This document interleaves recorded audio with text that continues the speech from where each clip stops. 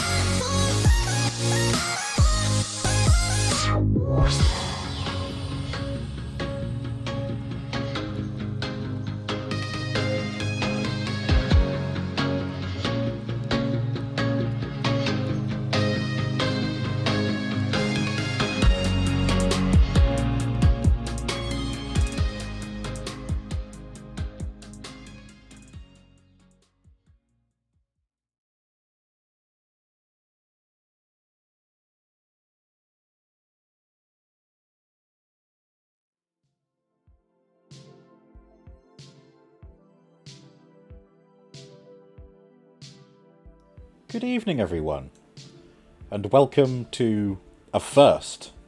It's an actual Throwback Thursday. Yeah, why don't we talk about what we're doing today?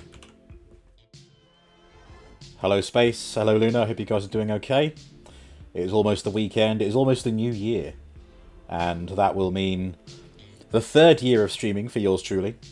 And something I kind of wish I'd done at the end of 2022, although it was partway through at the end of 2021, and it was partway through 2022 that I thought about doing it, was sort of just ranking really hard into a sock. Yeah, just sort of doing a tier list of the games that I played. You know, not really, you know, what do we all think, but what did I think? You know, where would I rank it on a scale of S, A, B, C, D? Where would I put the games that we've played? And we can talk about each game as we go through them. But, you know, just be advised, I'm not looking for anyone else's opinion. I am literally just enforcing my own opinion. It's a bit bigoted, isn't it? Quote 1979, ranking really hard into a sock. Thank you, Space. Thank you. 21 quotes. So you have to do... wait, no, what is that? About 5 quotes, I guess, per stream, nearly. I mean, the Skyrim stream will probably count for 2 of those, wouldn't it? So you're going to have to be careful, Space. If you want to get quote 2000 as the Happy New Year 2 Electric Boogaloo, you're going to have to space them out. Quick maths!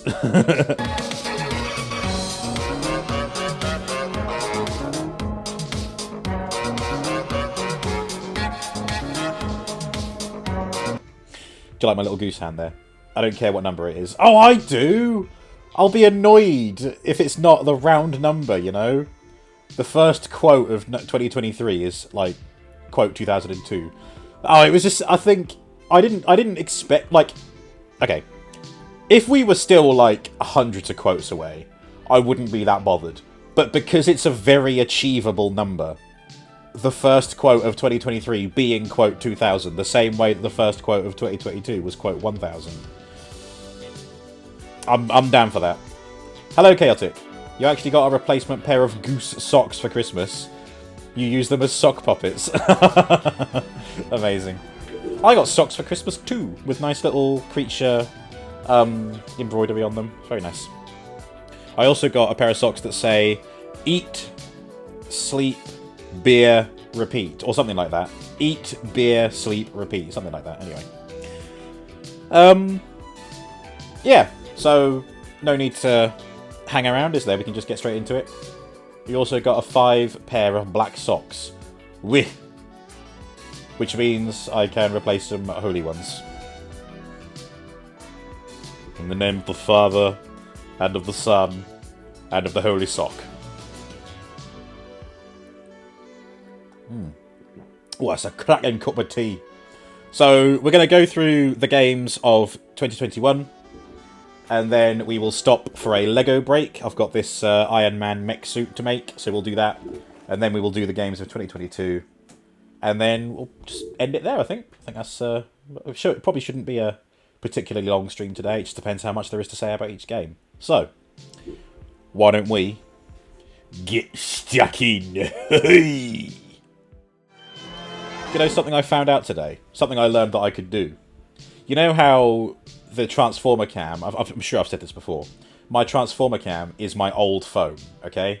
And it's connected via USB to my laptop. And then that uses the app Camo to project an image. Well, I learned today that I can connect it via Wi-Fi. Like, wirelessly connect it to my laptop.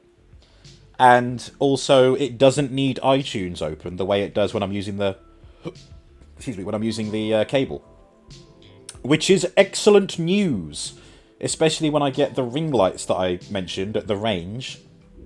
Because I'll be able to move the phone wherever I want without it being limited by the cable. So, things are looking up. Things are looking positive for 2023 already. But we're not talking about next year. We're talking about the year before this one. We're talking about 2021. Here we go. We got all the games here. There are 41 titles, which I'm about to rank here. There is a web address. You can see what it's called, RoboPrimeGames 2021. I mean, if I can't stop you going to find it and ranking these yourself, but I will share the link to the tier lists in the Discord after the stream. Hello, Venomane. Welcome to the tier list stream. Sherlock Holmes: The Devil's Daughter. Ooh, I've played that. That was good. How are you finding it? Through your Steam library, am I right? That's where you find it.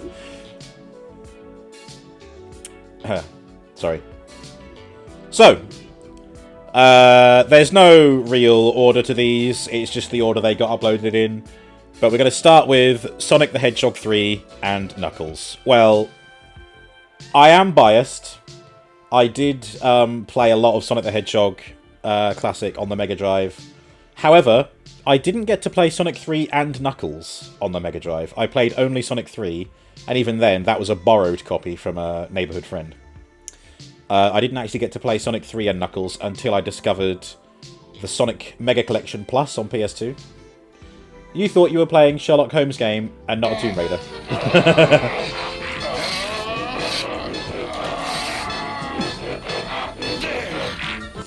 Hello, City. Welcome to the tier list stream. We are just about to make a start. So, I mean, I am incredibly biased, but this is an incredible game. It's so colourful. The music is absolutely banging. The fact that you can play as Knuckles as well through the entire story and not just Sonic and Tails.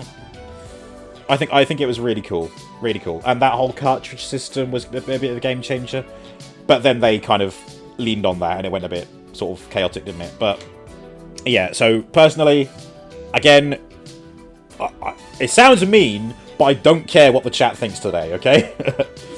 It was a good concept, almost first DLC. Yeah, actually, you're right. You know, it's like Sonic and Knuckles was DLC for Sonic 3 and Knuckles. I'll tell you what, though. As I understand it, the reason Sonic 3 was so short is because the amount of game they wanted to do was too big for an individual cartridge, which is why they did Sonic 3 first, and then they did Sonic and Knuckles, and that's why they combine. So they share the power of two cartridges. Robo knows the way, brothers and sisters. It's you who played the stream and all. Only my opinion matters on this. I know, it sounds so bigoted, though, doesn't it? It's like, I'm the one who gets to say what goes where today. Sonic and Knuckles, S tier. S for Sonic, if you will. So that's where that's going for me. Eve? Where's Eve? Witcher! The Witcher. I played that in late 2021, didn't I? That was sort of towards the end of the year, wasn't it? As I recall. I like the combat stances. You know, like heavy attack, light attack, grouped attacks if you're surrounded by enemies. I really like that. I feel like if the combat system of The Witcher was in Skyrim, Skyrim would be... I would argue that it's a perfect game. Oh, hello, Eve. So yeah, I think that's a really good strong point in The Witcher. Even though The Witcher 1 is... What was that? Late noughties that was released? Eve, what year was this released? Was it 2007? Well, yeah, late noughties. 2007, yeah? I'm just waiting for Eve to confirm.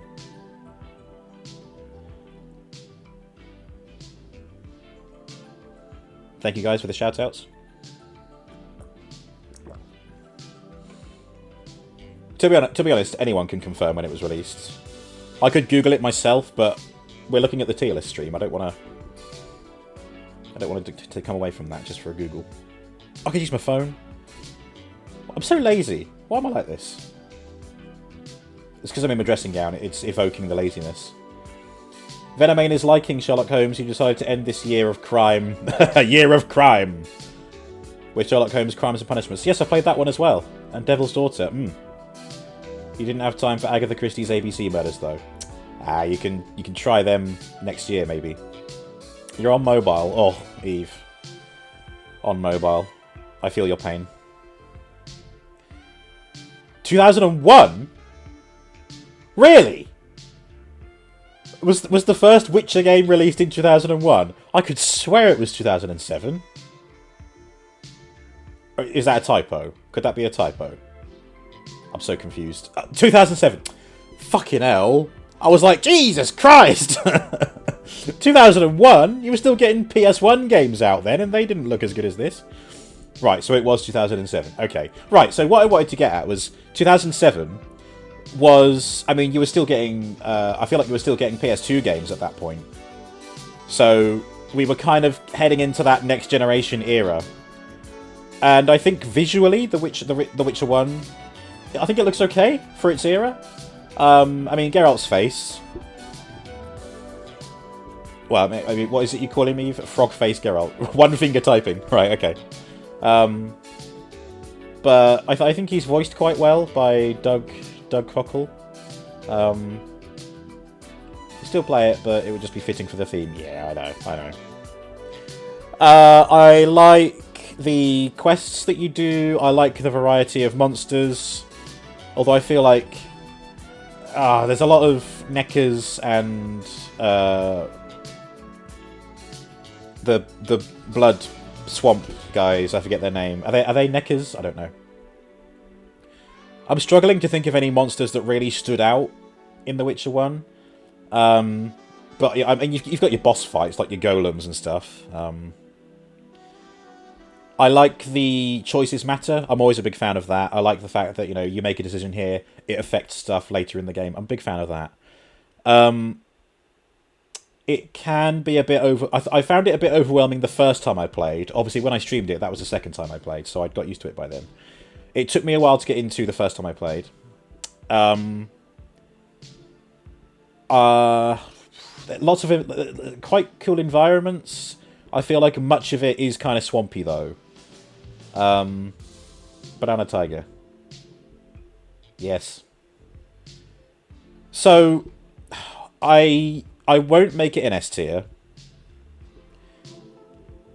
And I think because The Witcher 2 and definitely The Witcher 3, they did things so much better than Witcher 1. I don't think I could make it an A tier as well. I would probably put it in B.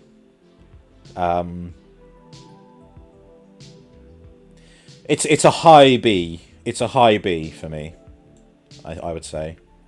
Oh, I also found it quite difficult the first time I played, but that may have been down to me being terrible at making potions, which are essential for a Witcher. Every game that has choices are the most stressful games ever made. Oh, I know. Bobo doesn't know Banana Tiger. It rings a bell. For some reason, it's making me think of the shop called Flying Tiger, or just Tiger now. It's a good shop. So, I mean, yeah, Witcher 1. What else can I say about it? I think that might be it. Tiger, that's a banana? Oh, here we go. This is going to be an easy... maybe even a D tier. Fun with ragdolls is what this is. Steal the humans from The Witcher 3, aka Banana Tiger.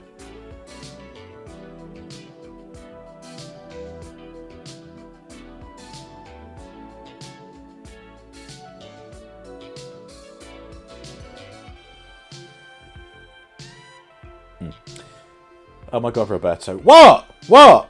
It's been like 2 years since I played The Witcher 3. Shh. Shush. We're here to tier list games, not tier list my memory. Or lack of it. Stop right there, criminal scum! Fun with ragdolls? It was that. It was fun, but it was fun. It was fun for like 5 minutes. I got really bored really quickly. I'm not sure what the overall point of it... I mean, it's a sort of physics sandbox simulator thing. I feel like there wasn't a huge amount that you could do. Certainly not enough to keep it interesting, which I think is a real bad sign for a video game. I think it has to be something that keeps you in there for a few hours. Maybe it's useful if you're doing research into making your own game. I'm not. I'm just a casual gamer. I don't have the skills to make a game, so I wouldn't be doing that kind of research. So I'm playing this looking for something fun to play. It was fun for like 5 minutes, so... I mean, it looked good, that's maybe one thing going for it, but... Sorry, it's going in D. Maybe I should have added an E tier. Kinia! Hello, Kinia! Kinia, I will take a shot every time I say Kinia. I might need your help later on, Kinia, because I'm struggling to remember Tomb Raider Legend and Tomb Raider, whichever one this is. So I might need your help later on. But how you doing? Oh, God. Sorry, I still don't have the gonk sound alert, or the one that Katie requested. I need, like, constant reminders to do those, okay? Like, literally, like, at me in the Discord saying, "Make the sound alert or I'll kill you!" And I'll be like, please do kill me. No, that'll remind me. Just checking. I know. The next one, this one is easy for me as well. Shadow of the Colossus. It's, for a long time, it was my... I mean, it might even still be my favourite PS2 game. I played it for hours. And it's a very big thing with me of what games I'm willing to 100%. And this is one of them. This is one of the very few PS2 games that I would 100%. I would do regular mode, challenge mode, time attack mode. I learn all the shortcuts to get the time attack like down even further. Unlock everything, upgrade everything. Was that Twerking Lizards? No, that was Rune, which is over here. We'll get to that later. But there are lizards of a very similar size and shape in the Shadow of the Colossus. No, in Shadow of the Colossus, you have two types of lizards. You've got ones with... I mean, they're just sort of... They're just black in colour, and you just get health back by eating their tails. But it had lizards that have white tails, and there were ones... at every save point, and that would increase your stamina, which was important because the more stamina you have, the longer you can hold on to a Colossus when you're climbing it, and also you can climb stuff in the game world as well. But I was blown away the first time I played it. These titanic enemies who have very specific weak points, and you've got to find out where that weak point is by using the sun's reflection on the sword to point at the darkness on them. Just incredible. It's beautiful. It's got an awesome soundtrack. I think they even like the horse riding in the game is like 1-to-1. Like I think they either motion captured real horses or they just studied real horses really closely, and it's just one horse. You've only got the one horse in the game that you play as, and you ride this one horse. The other horses don't appear until like the final cutscene. Can you pet the horses? You can! I believe you can. You can pet the horse, called Aggro is his name. Aggro the horse. You can pet him in this game. I'm not sure I ever did it, though, which is a terrible shame. However, we are talking about a year ago. I think, in fact, this was the first PS2 game that I streamed using my Elgato, so a long time ago. Do they kick in delight? I don't know, but I think Aggro does kind of look at you as if to say thank you, you know? But yeah, Shadow of the Colossus is an S tier for me. Sorry, not sorry. Up next, Spider-Man 2 on the PS2. It was a lot shorter than I remember when I played it last year. But I had fun with the Radiant kind of missions that come over. They are lower tier horses. PS2 horses. Pizza time. That was a really fun part of the game. Like, taking the pizza from Mr. Aziz and delivering it around New York. But, like, not doing flips, not swinging too hard. Lest you destroy the pizza. So that was a nice little challenge. I love the use of Mysterio in the game. It very loosely follows the plot of the film, doesn't it? I remember the final boss fight making me very angry. But you know, any Spider-Man game, what you play it for is to be Spider-Man, and I think this game did that very well. Yeah, stealing balloons. I did steal a balloon. My balloon. Fuck off! You shit! It's mine now! And then it pops. And I'm like, oh. So, yeah. It is overshadowed by Marvel's Spider-Man, which we'll get to much later on when we do the 2022 games. I would say that Spider-Man PS2 is an A tier. It's not... I mean, it has moments in it that were too janky for me to get on with, so I don't want to put it as an S tier. But it's got Bruce Campbell as a little cameo in there, which was good fun. He narrates the tutorial. Where is Rayman 3 and Tomb Raider Anniversary? But I played those in 2022, Kinya. We're doing 2021 first. See here? And then we're doing 2022 later. So these are all the games that I played last year. Then we'll do the games I played this year after a little break. Okay? Alright. Oh god, yeah. So there's 41 games here. Can you imagine if I only did 41 games over 2 years? It's like, I'm like really milking every single one for all of that. Yeah, Spider-Man 2, PS2, A tier. Rayman 2, The Great Escape. This is something that I initially first played on the PS1 disc on the PS2, and I have fond memories of that. I liked the atmosphere it created. I liked the mechanics, the gameplay, the stuff you unlock as you go along. I'm just enjoying the games at my own pace. Exactly, yeah. But no, my point was there's more than this. Why is the colouring counterintuitive, though?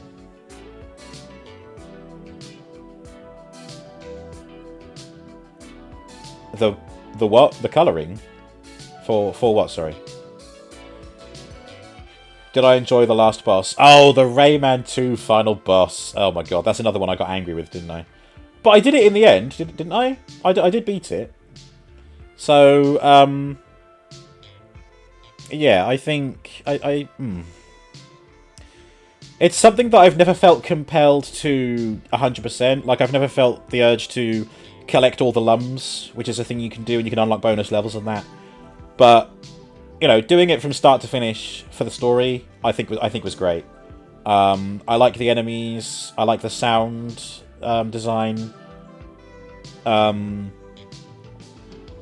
Glowbox was only annoying in Rayman 3. He was fine in Rayman 2. I think I might put A tier, actually. I'm struggling to think of anything else I disliked other than the fact that I don't want to ever, 100% it. I don't feel the urge to 100% it, so... Yeah. I'm going to put Rayman 2 as an A tier. GG's. Rayman Forever, D. It takes no thought. Rayman Forever or Rayman 1, far too difficult. I do not have the time. I do not have the patience. Viewer, I simply do not. Rayman 1, I do not. So yeah, Rayman is bottom of the pile. I mean, if I could say anything good about Rayman 1, I like how colourful it is. I like the use of music in it. It's just too difficult. It doesn't make it fun. Maybe soon we will be able to play Rayman 4. Yeah, that leak was interesting, wasn't it? More on that later. So, next, Sonic Adventure DX. Again, call me biased. This is going straight in the S tier. I don't think it's the best Sonic game, but I do think it's an incredible game in and of itself. I think there are other better Sonic games, but Sonic Adventure itself is amazing. Like, the kind of semi-open world, you've got these great big zones to explore, and you unlock stuff for them, and you go to the different stages and play those separately. And every single stage has replayability, so you play it through once for the story, you play it through again later on with a different objective, or different set of objectives. Vex is going to go further than this list and the 9 Circles of Hell. Oh, definitely, yeah. I kind of wish I'd added a few extra rows, but we'll make do with this. If it's on the D list, it really didn't impress. That don't impress me much. And I like the fact that you can play as 6 different characters. You've got a new character, Big the Cat. You can play as Amy Rose. You can play as Knuckles, Tails, Sonic, and left field, you get to play as a badnik. You get to play as E102 Beta. Or is it Gamma? No, it's Gamma, isn't it? E102 Gamma. Which was a great twist. And also, the fucking theme songs for every character. Like, 5-minute long songs just for that character. Like, the level of detail and the amount of effort that went into making Sonic Adventure, so good. And the director's cut features bonus games, which are Sonic the Hedgehog titles from, I think, like the Game Gear, or the Sega 32X maybe, which is cool. So yeah, Sonic Adventure, easy S tier for me. They're really fixing shit. Like, more and more stuff have been fixed and added, which is amazing. I hate Ubisoft now. Oh dear, silly Ubisoft. More like Boobisoft. I mean, boobies are soft. I'm calling them boobs, like the kind of boobs that get caught in traps, you know. Okay, Amnesia: The Dark Descent.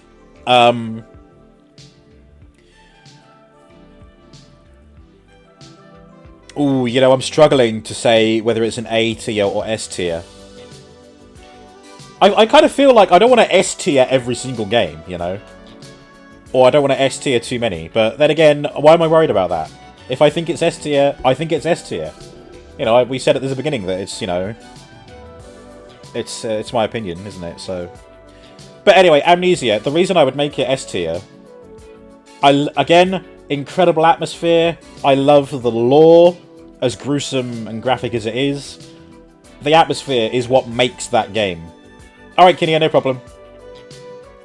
And I think the entire point of this game is to immerse you in that world where you've got no idea what's going on. I mean, the clue's in the name. Amnesia.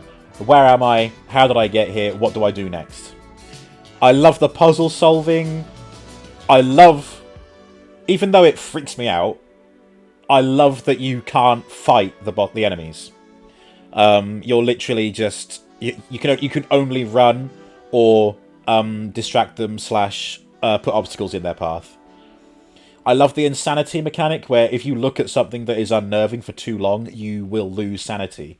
And another little feature they did with that, which I like, is that if your insanity is really low, you will see bugs on the floor that aren't really there. You will see the paintings on the walls will look a lot more twisted and fucked up the more insane you are. If you have a clear head, they're just regular paintings. It's such a nice touch. It's, yeah, S tier. S tier. S tier game. Really good. And I'm looking forward to finishing Machine for Pigs as well at some point. Hello, Luna. What did you miss? You've missed, well, pretty much every game here we've just talked about, and by we I mean I, talking about what I liked about them, what I didn't like, and where I would rank them. So we've yet to get a C tier game. We might have some before the day is out. So yeah, Amnesia, S tier, good game. Now here's an interesting one. Biomutant. Now, a controversial subject, because as I understand it, it did release with mixed reviews, but I was excited for it. I wanted to play it when it was brand new. It was the first brand new AAA title that I got to stream. Like, I paid full price on release. Exactly, Space. Yes. Something I really, really like about Biomutant is the amount of customization for the crafting. The crafting was a bit complicated to get my head around, but once you learn it, I think it's really rewarding, and when you make the most of that, you can make some pretty cool stuff. And I happened to make a banana long cutter, is what it was called. It was a katana, and the handle was a banana. Yep. It's really wacky. Like, there was a mount that I found, which was just a giant clockwork hand, and it would fire by... It would scuttle along like this, and then when you fired its cannon, it would go like that. And then back onto its fingers like that, and move along. That was incredibly wild. I was not expecting that. There's also... there's like a little boat that you can get to go around the rivers, which is nice. And you can upgrade these as well. There's a mech that you can ride, that you can walk around in, which is good fun. But they are limited to the zones that you find them in. You can't use these vehicles across the map, which is a bit of a downside, but you are able to... the Banana Long Cutter, porn star name. Yeah. The voiceover, it does get a bit annoying, but you can turn it off. It's fine. Turn it off and just play in silence. It's all good. But I quite liked the sort of witticisms that came out of the narrator. Yeah. I also think this is a game that I should revisit at some point, simply because when I was streaming it, I had the settings too high, or my VOD was transmitting at too high a resolution and my laptop couldn't take it, which meant that the stream was buffering like fuck. And I didn't record my VODs back then, so a lot of the gameplay is just like freeze frames. So maybe that's one to revisit at some point in the future. 2024 maybe. Yeah. There's lots of side quests to do. You can pick factions, and yeah, it's super colourful, kind of funny. I think the creature design is interesting because it's like a distant post-apocalyptic future, and all the creatures are like evolved forms of what they used to be. So you can kind of pick up hints of what kind of creature they used to be. So I am putting Biomutant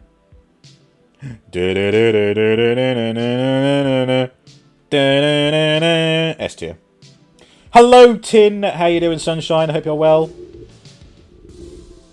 Thank you for tuning in. Tin. Okay. Kinia picked up this game. It was free on PS4. Yeah, on PlayStation Plus, wasn't it? I saw Sarah from up north got it as well on my recommendation, so I hope she likes it. But again, generally, I think people were a bit with Biomutant, but I am proud to be one of the few who genuinely, unironically enjoyed it, and I will enjoy it again. In fact, I think I said quite recently that it's a game that I would gladly play in my spare time, you know? So yeah, that's a good game. Next, we have Cube. Now, this is a Minecraft clone, which tried adding, like, regular people, as in not like a Steve-looking person. Like, these were people with, like, you know, sensible proportions, not made of blocks and stuff. It tried adding, like, Radiant quests, which I think was a bit ambitious. It added loads of new creatures, which, as I recall, I had a bit of trouble with. But I don't know whether that was because I was a brand new player, or if they were just OP. I forget what the crafting was like. I don't think I got very far with it, did I? It felt very weird to play, but I don't think it was awful. I think I'm just too used to Minecraft. So I think this will be the first C tier game. Yeah, because it's not awful, but it was very strange to play, and I think it's got a long way to go before it's something worth coming back to. Cube, more like quality bad game. Wow. Tin's just been building the new equipment, just doing bits where I can be asked. Yeah, I'm excited to see how that all goes, Tin, and what it's all like. I was just saying earlier that my setup is improved just by removing a cable, which I now don't need. Although it'll be interesting to see what the transform cam looks like, because I don't know how well the Wi-Fi connection will transmit the image, but we'll see. This is Dark Souls Remastered, which... I don't remember having too bad a time with it, but I think this might be a C tier as well. I just find it too frustrating. I know that's the idea. It's meant to be, like, really challenging. This boss is hard. Learn how it moves and fight it as and when you can. You can't just go barging in, slicing and dicing. Owen! Hello, Owen. Shit game made me bleed. F tier. I don't have an F tier, do I? Actually, I think, Right, I think it might stay this way. Let me see if I can add an E and F tier.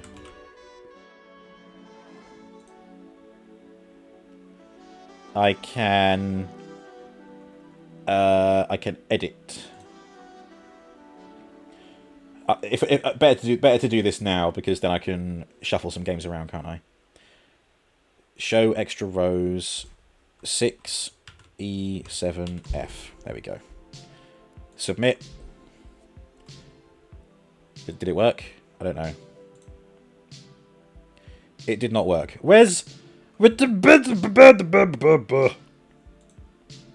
words? Come on. Edit. Show extra rows. EF. So they are. So it saved me saying E and F, but it's not letting me save it, unless it just takes a while, or because I've already started ranking stuff. Oh dear. Okay, it might be because I've already started ranking. Hey, phrasing. What happens if I reset? Oh, there we go. I had to reset it. Yeah. Okay, here we go. Back to it. So I am going to have to shuffle some things around, but that was S tier. That was A tier. That was, I think, E. Right, so F is completely trash. E is close to trash, but has potential. I think Fun with Ragdolls has good potential, but again, I got bored too quickly. Shadow of the Colossus, Spider-Man 2, Rayman 2. Is this right? I think it is. That's F. That's S. That's S. That's S. This was D. No, this was C. But that was when D was the bottom of the pile. I think D. Cube is D tier. Right, so now this is where we were before, right? Milo in Discord, a reward for amazing rating. Wait, are you saying if I give a game an amazing rating, you will post a picture of Milo? Or have I rated something which you will then post a picture of? What? Sorry, Cindy, I'm probably making things more confusing than they are.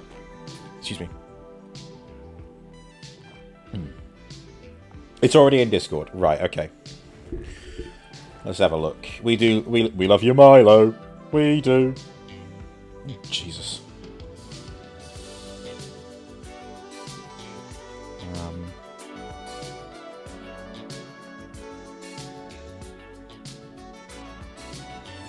Oh my god.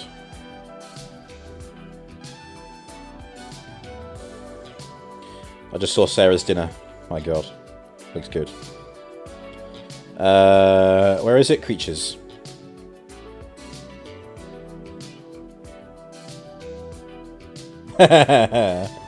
Aww.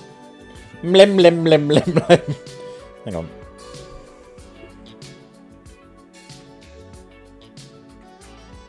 Milo having a drink. Aww. What a sweetie pie. Boss is a cunt. He likes to wake up at 4 AM. Oh my god. Oh, but Kinia, how is that possible? He looked so sweet in that picture you posted. It's a shame Sarah has decided not to stream anymore either. Yeah, I know, but... You know... If you're not enjoying something anymore, you shouldn't force yourself to do it again. It is a shame because, you know, good content and, you know, fun to listen, you know, it's fun hanging out. I love her quotes. Her quotes are funny. They make me laugh. Not as in the stuff she says, but I mean the stuff that is recorded via Streamlabs, like how my quotes are. But yeah, you know, we want her to be well, and if stopping streaming is keeping her sane, then gotta support it. You have to enjoy it. Yeah. He's a cunt in disguise. Kinia's hamster, cunt in disguise. Question from Owen. The thing I requested of him.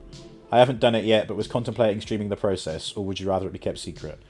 If it's all the same to you, Owen, I would like it to be a secret, if that's all right. Sorry, I know that might have scuppered your streaming ideas, but yeah, I don't want to risk anyone finding out ahead of time. To be honest, I forgot that. No, I didn't forget that I requested it, but when I pitched it to you, you'd had a few, and I was like, oh yeah, he hasn't been working on it because he was inebriated. And I'll remind him in the new year. But yeah, so you have been contemplating some stuff. Cool. Yeah, I was actually going to have a go with my music maker. I'm correct on all fronts. I was going to have a go with my music maker to just try and see, even if I gave you an idea of what I was after, you could then take that and use that as like a template / oh, that's what he wants. I'm the music man. Plinky plonky. I could make that myself, and then a little bit of, you know. Back to the tier list. Dark Souls Remastered.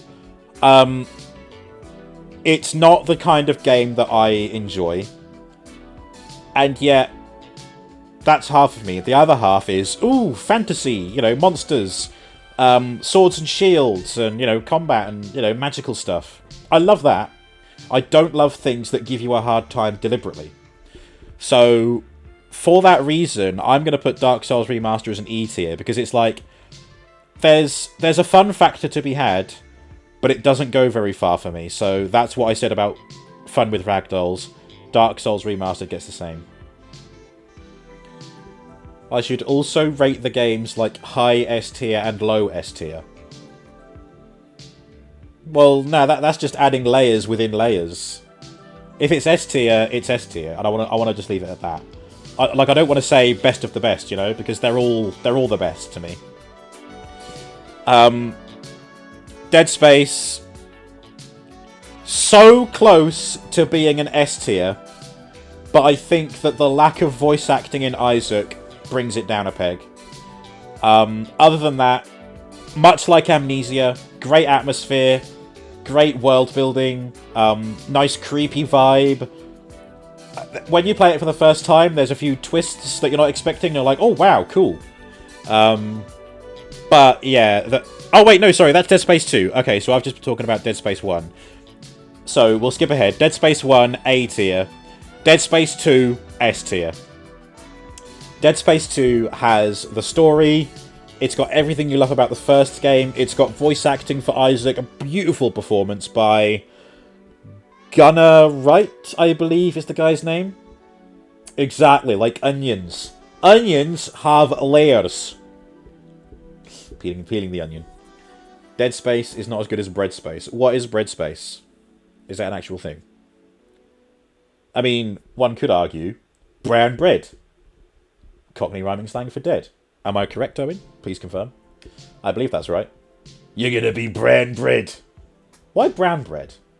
Why not just bread in general? Why do we have to put the brown in there? Is it because no one likes brown bread? People will have brown bread, but they don't like brown bread. And no one likes, you know, and it's like that negative, you know, ooh, death, no one likes it. Bread Space is not as good as Garlic Bread Space. Garlic Bread Space is not as good as Cheesy Garlic Bread Space. And so on, so on. I have been talking so much that my tea is cold. But it's okay, it's just the last few gulps. Bread in space. Then everything is a sandwich. Yep. A space where there's bread. Geese like bread. Space!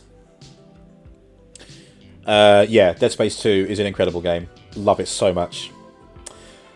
Now, this is an interesting one. Carnivore's Dinosaur Hunter Reborn. This was very early streaming days, this was. Like, I think this was straight after the Transformers War for Cybertron and Fall for Cybertron and Devastation. For the Wednesday game. It's a great idea. It's a very simple FPS hunting simulator. Except you're hunting dinosaurs. And you can choose to either kill the dinosaur or capture it. But what spoilt it for me was the fact that I think it kept crashing, or it crashed once maybe, and that kind of put me off. So like Monster Hunter. Not quite like Monster Hunter, no. I think this is more like Hunter Call of the Wild, except dinosaurs, not just like deer and, you know, whatever. All the dinosaurs were kind of great. It's kind of what you expected for like a indie, like a little smaller game. But the Stegosauruses had the same sounds as the bears from Skyrim, and that completely ruined my immersion. Because every time the Stegosauri made a noise, I was thinking of the Skyrim bears. And I love Skyrim, but it completely brought me out of this game. So, you know, it had a lot of potential. It was kind of fun. I think I would put it on with Cube, so D tier. Reused sound effects. Yeah, again. Like Ark, but modern tech. No, I think Ark is after this. Ark has the modern tech. This has the poo-poo tech. But they did well with it. You know, it's great environments. There's pretty interesting hunting mechanics. It is kind of frightening when a carnivore charges at you. There's no gore. Like, it bites at you and then you're dead. And then you go and start again. That's it. That's where I'd put it. D tier. We need to bump up the C tier and B tier. Here we go. Witten Law Dreamtime, this is. So, this was a one-off. I did everything that was available in the game in a single stream. It is... Imagine Skyrim, but you play as a race of bear people called Ursines. Chaotic had a similar experience with Crash of the Titans. Radical Games reused the coin sound from The Simpsons Hit and Run for Mojo pickups. Oh, wow. Owen's eyelid twitches there. Hello, Arnolus. Welcome in. Going good, thank you. How are you? So, Witten Law Dreamtime. I think this is going to have to be another... No, I think C tier. I think this will be the first C tier, now that we've added E and F. They did a great world building. The environment was very lush and interesting. It had good characters. I like the look. There was good character customization as well. We do not speak of Hit and Run. But it's kind of sad, actually. The developer didn't have the time to work on it, and it didn't get the support that it needed. So I think development shut down in like 2019, I think. So not even that long ago in the grand scheme of things. So we will never get to see what potential this game had. You know, it tried having its own lore and stuff. They really went in hard, but they didn't get to do it very well for very long. How many times did I fall through the map? Oh my god, yeah, that was a thing.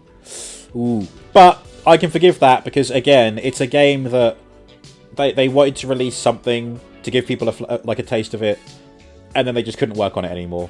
So I can forgive stuff like that because it's like, well, it's not a finished game. It never will be a finished game.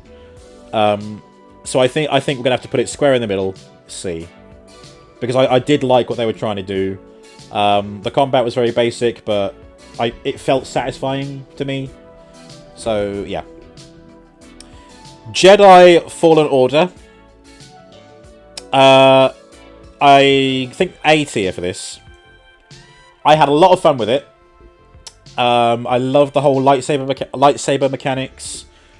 Again, beautiful, very... when I say very Star Wars-y, you know, every planet you visited, you were like, yes, this is from Star Wars, and this is interesting, this is something I've not seen before, I like it.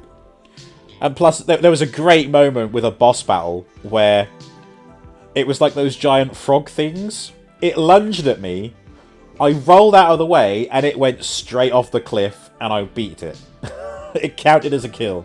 It was amazing. Dark Souls, but Star Wars. Except I was actually able to finish this. And it has a difficulty setting. Whereas I don't think Dark Souls does.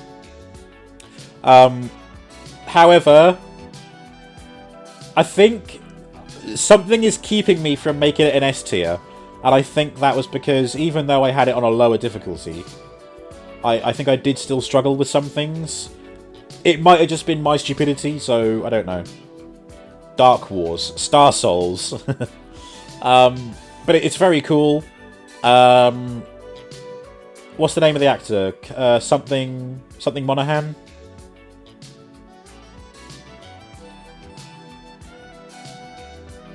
Oh, it's annoying me now. He was legally distinct Joker in the Gotham series. Is it Monahan something? Cameron Monahan, is that it? Researcher, you there, doing research. Fact check this for me. Is it Cameron Monahan? Anyway, him, the guy. Very good performance. Really, really good with that. Yeah, it's a fun game. Grab a hand. Very good. Yeah, A tier Jedi Fallen Order. I need to get a B tier game. Never mind, we'll see. Maybe there are no B tiers. Fall Guys Ultimate Knockout. This is great fun, but kind of like fun with ragdolls. It's fun for about 5 minutes and then you kind of fall out of it, and then you'll go back into it again like weeks later, months later. It's fun to play with others, so if you've got a squad, that makes it good fun.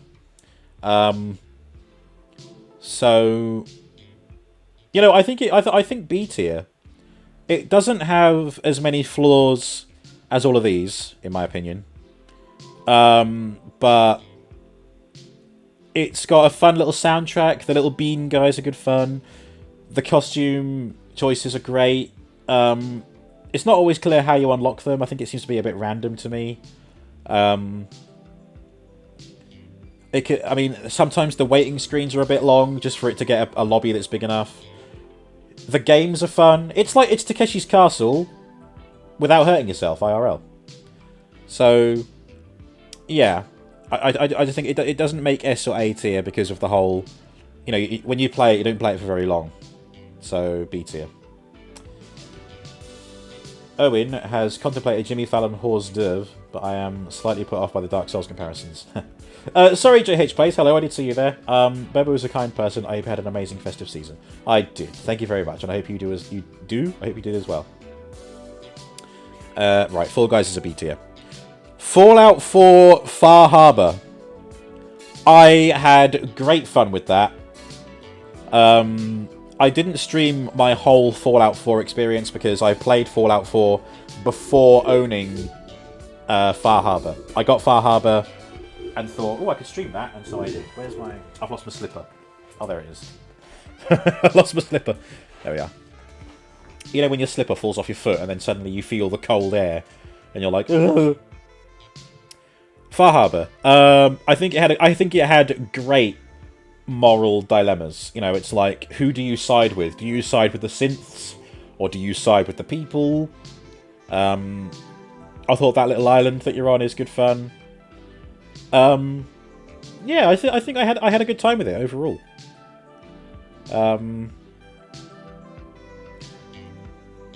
I don't think it would be an S tier though. I think A tier for Far Harbor. Hello, King Moo. The #1 rule of Fallout: kill everyone.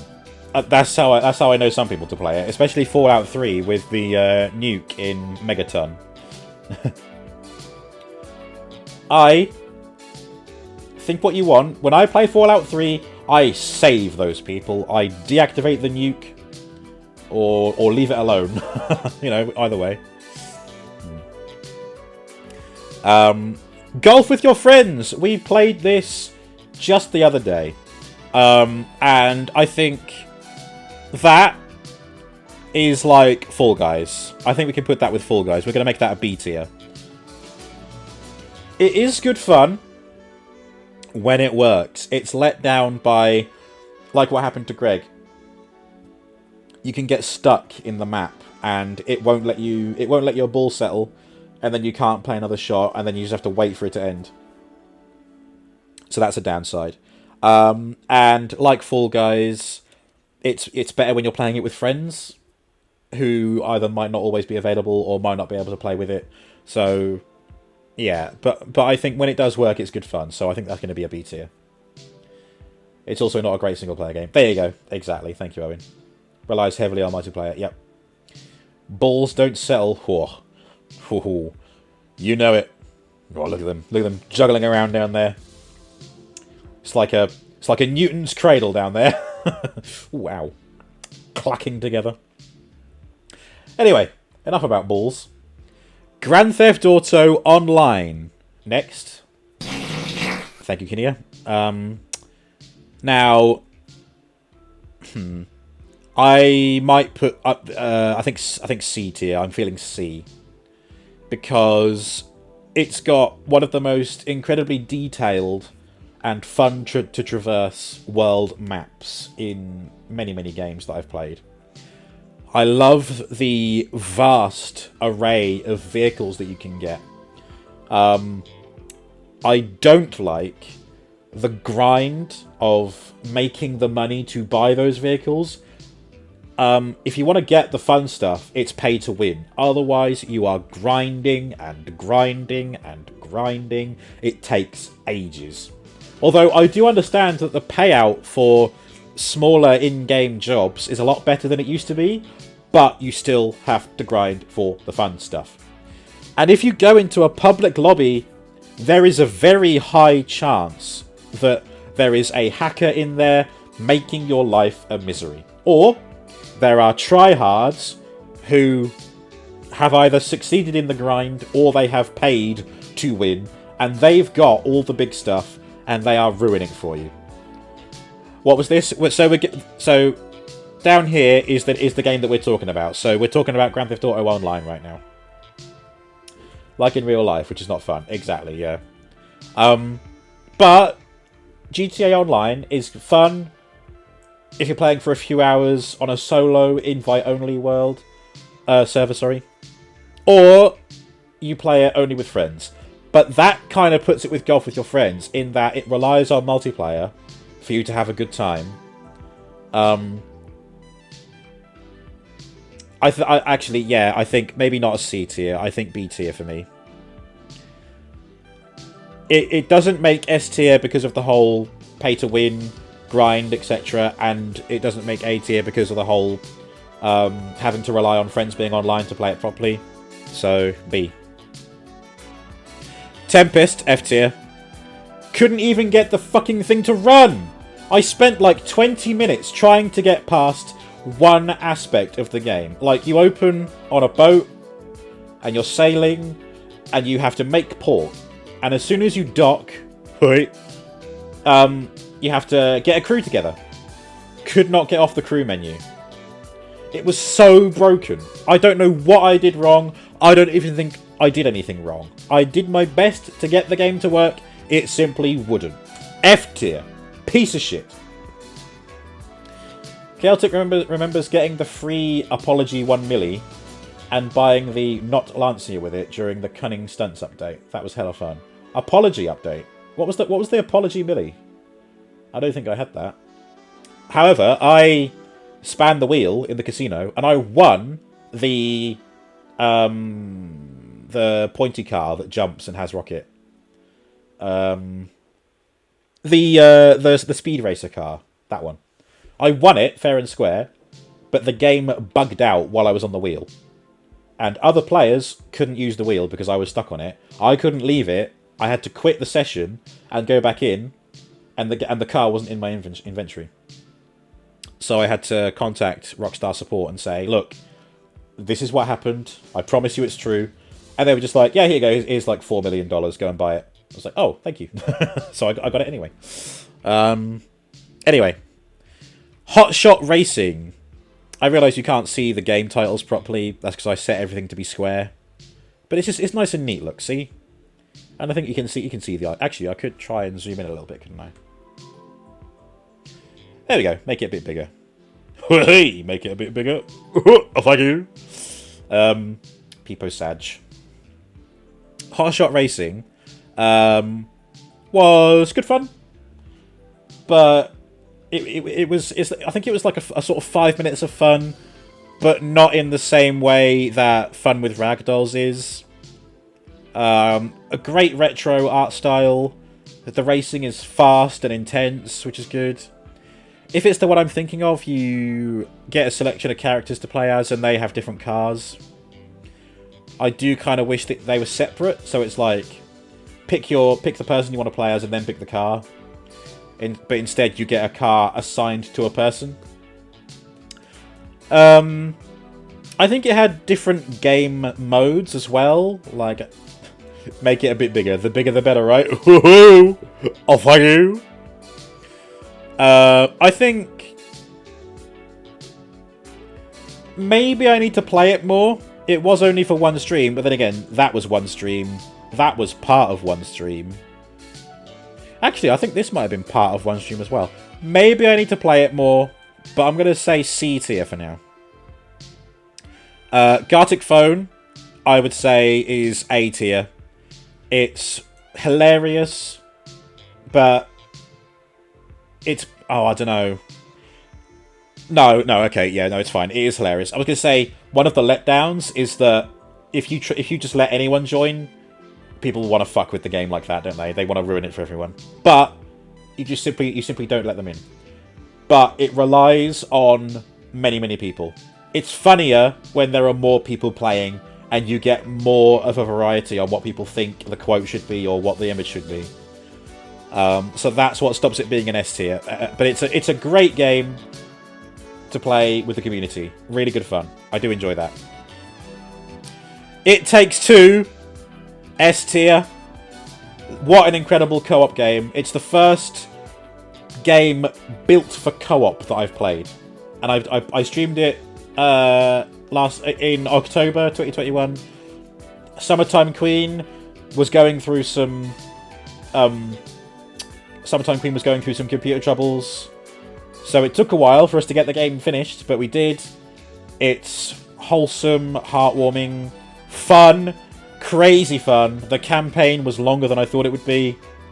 I mean, the plot was kind of predictable. I think it would have been more fun for me if it went left field and did something that you weren't expecting. But it was sweet in the end. The book knocks it down a tier for Owen. Ah, interesting. Yeah.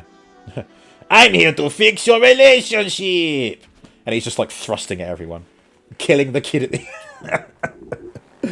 And they break it, and they're stuck as like dolls forever. No, I mean. Okay. Spoiler warning for It Takes Two, okay? 10, 9, 8, I'm just accounting for a delay. 5, 4, 3, mute the tab, 1. It Takes Two. So, the mother and father are going through a divorce, okay? They're going to be separated. And the whole story is about those parents being little dolls who are in a world based upon the house they live in and the garden and such. And as they play, it's like, we're learning to work together for the sake of our daughter. Oh, we've got to make sure she's happy.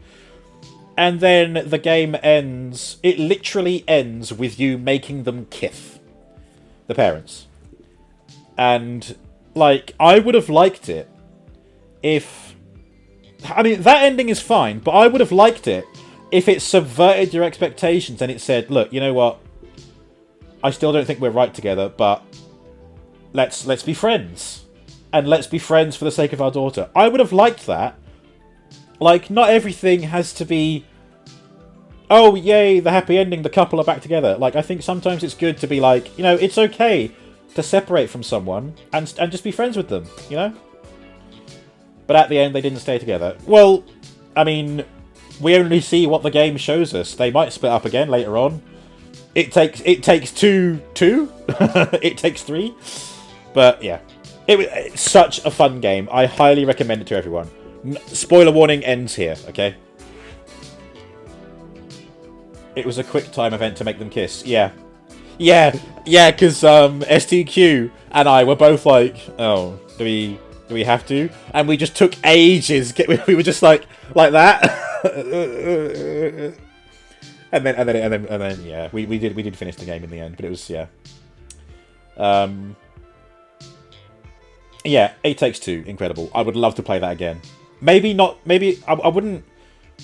I'd be okay not streaming it myself because I've already streamed it once. But if someone else was streaming it and they wanted to play it too, I would gladly go in on that. Next is Song of Horror, which, I mean, my god, good atmosphere. It lasted longer than I would have liked though, and the fucking bullshit mechanics. Okay. I think it was the final levels, maybe, or one of the final levels. I was playing as a guy who carries a lighter, okay, an open flame on his person, and there's a bit where you have to melt a wax statue. He has a lighter. Melt the wax statue there and then. What does the game make me do? Find a very specific do they call it a beer? B-I-E-R? It's like a bowl with like coal in it and it's like flame in there. You can only melt the statue over this thing. You can't use the cigarette lighter. You can't make fire from wood elsewhere. You can't use a different fireplace. You have to go to a very specific location. And that fucking pissed me off. If you couldn't tell already. So, Song of Horror. I think it wasn't... Overall, it was fun enough. But it doesn't get B tier. I'm saying C. I don't think it's quite as bad as to be D, E, or F. But it loses hella points for that bullshit mechanic there. Like, surely the reason why you pick different characters and different character traits is because of what they do, what accessories they have. So I think it should have been possible for someone who carries an open flame to have a heat source with them. It is fire. It is hot. Let me do the thing with the thing that the guy comes with. Don't let me go marching across the map to a fucking, like... Oh, I can't think of the name. I keep wanting to say beer, but I don't know if it is called a beer. Anyway. GG for killing characters and changing things. Yeah. Oh, yeah, I did. A few characters did die, didn't they? Hello, Austin. R.I.P. Pele. I don't know who. What? Welcome in all the same. Nightmare Creatures is next. This, wow, that was a very short game, wasn't it? I finished it in like 2 streams. Oh, great creatures. Fun combat. Not so fun having to remember the controls, like the combinations for stuff. I think it had a good atmosphere, but I feel like when I played it, it was missing cutscenes. Or it did actually... Oh, no. I remember now. In between levels, it would just have a little paragraph of text telling you what happened. And those went by so quickly. But I feel like when you played this game when it was new, it would have taken a lot longer to get to those parts of the level. So... I also seem to remember that it annoyed me quite a lot. And I died quite a bit. So... And I think I ended up using cheats, didn't I? Just to get through it. Because it was pissing me off so much. So, I think... C for this as well. Like, it wasn't a... Like, everything D and down is when I think it's like, it's a bad game. There's something wrong with the game. Yeah, the jumpy sewer and the final boss mechanic. Yeah, wasn't a fan of that. It's a good game in and of itself. It bothered me. I didn't really follow the story very well. But, you know, so I think that's what C is for, isn't it? No Man's Sky. I think B. Because... B for because. Although they have changed this now, and it makes it a lot better. It makes it a lot more fun. I love the exploration. I love that you can just hop into a ship, and fly off to wherever the fuck you want. Except, you have to craft this, you have to craft X to get Y, to enable you to hunt down Z, and fill Z with X and, you know, whatever. When we playing it, Bobo? I've fallen off the, No Man's Sky bandwagon again, Tin. It might not be for a while, sorry. If there's another major update, maybe. You have to keep you posted.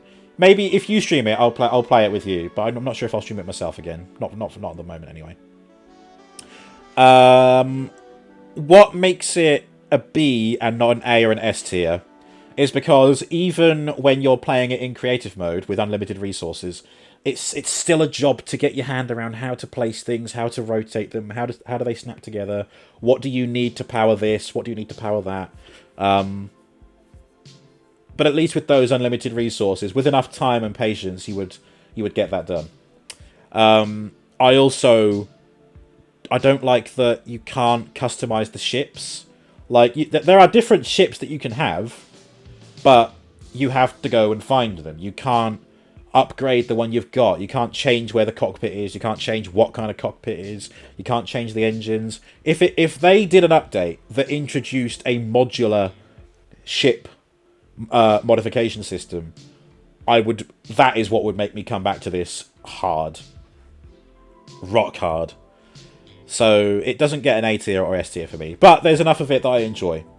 In fact, the No Man's Sky is a lot of what I'm excited for with Starfield, because Starfield will have customizable ships, and again, you can just get in the ship and fly off to a different planet. I'm looking forward to that.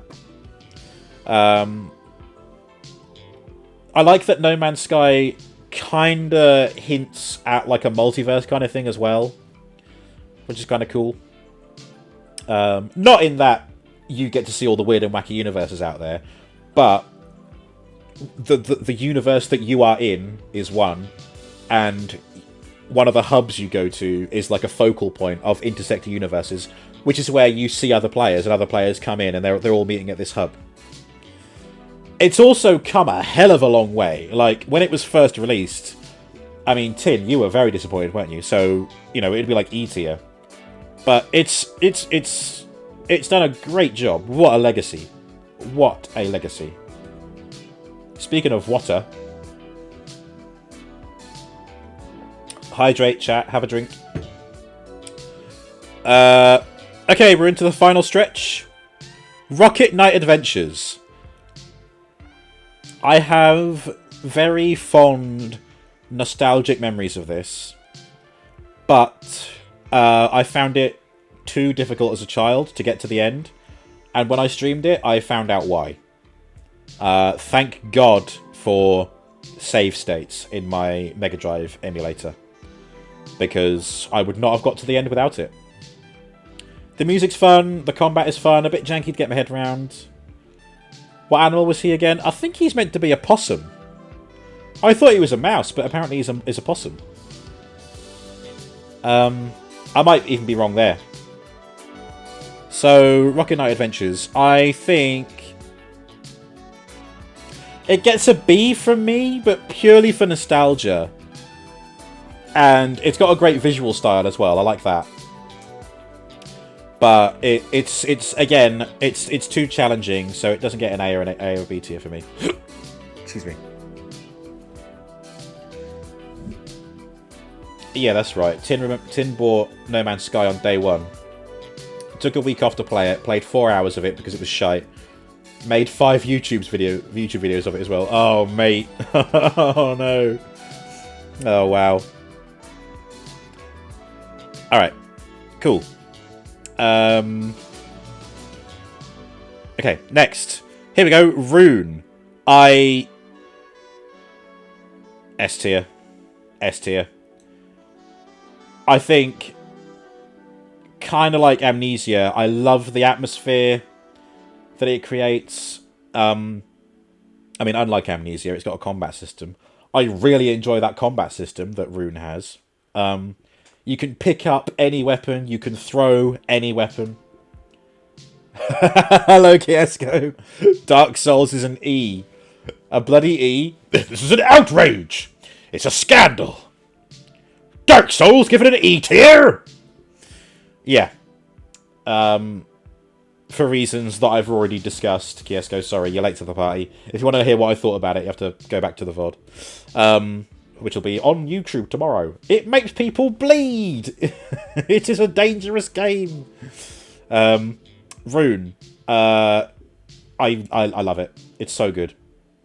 It's got that visual aesthetic of, like, late 90s, early 2000s games. So, like, Unreal Tournament, Arcs, what other games? Deus Ex, you know, that kind of, you know, that transition from when things were being, you know, PS1 polygons to PS2 polygons. There was a golden age there that really tickles that nostalgic cockle I've got, you know.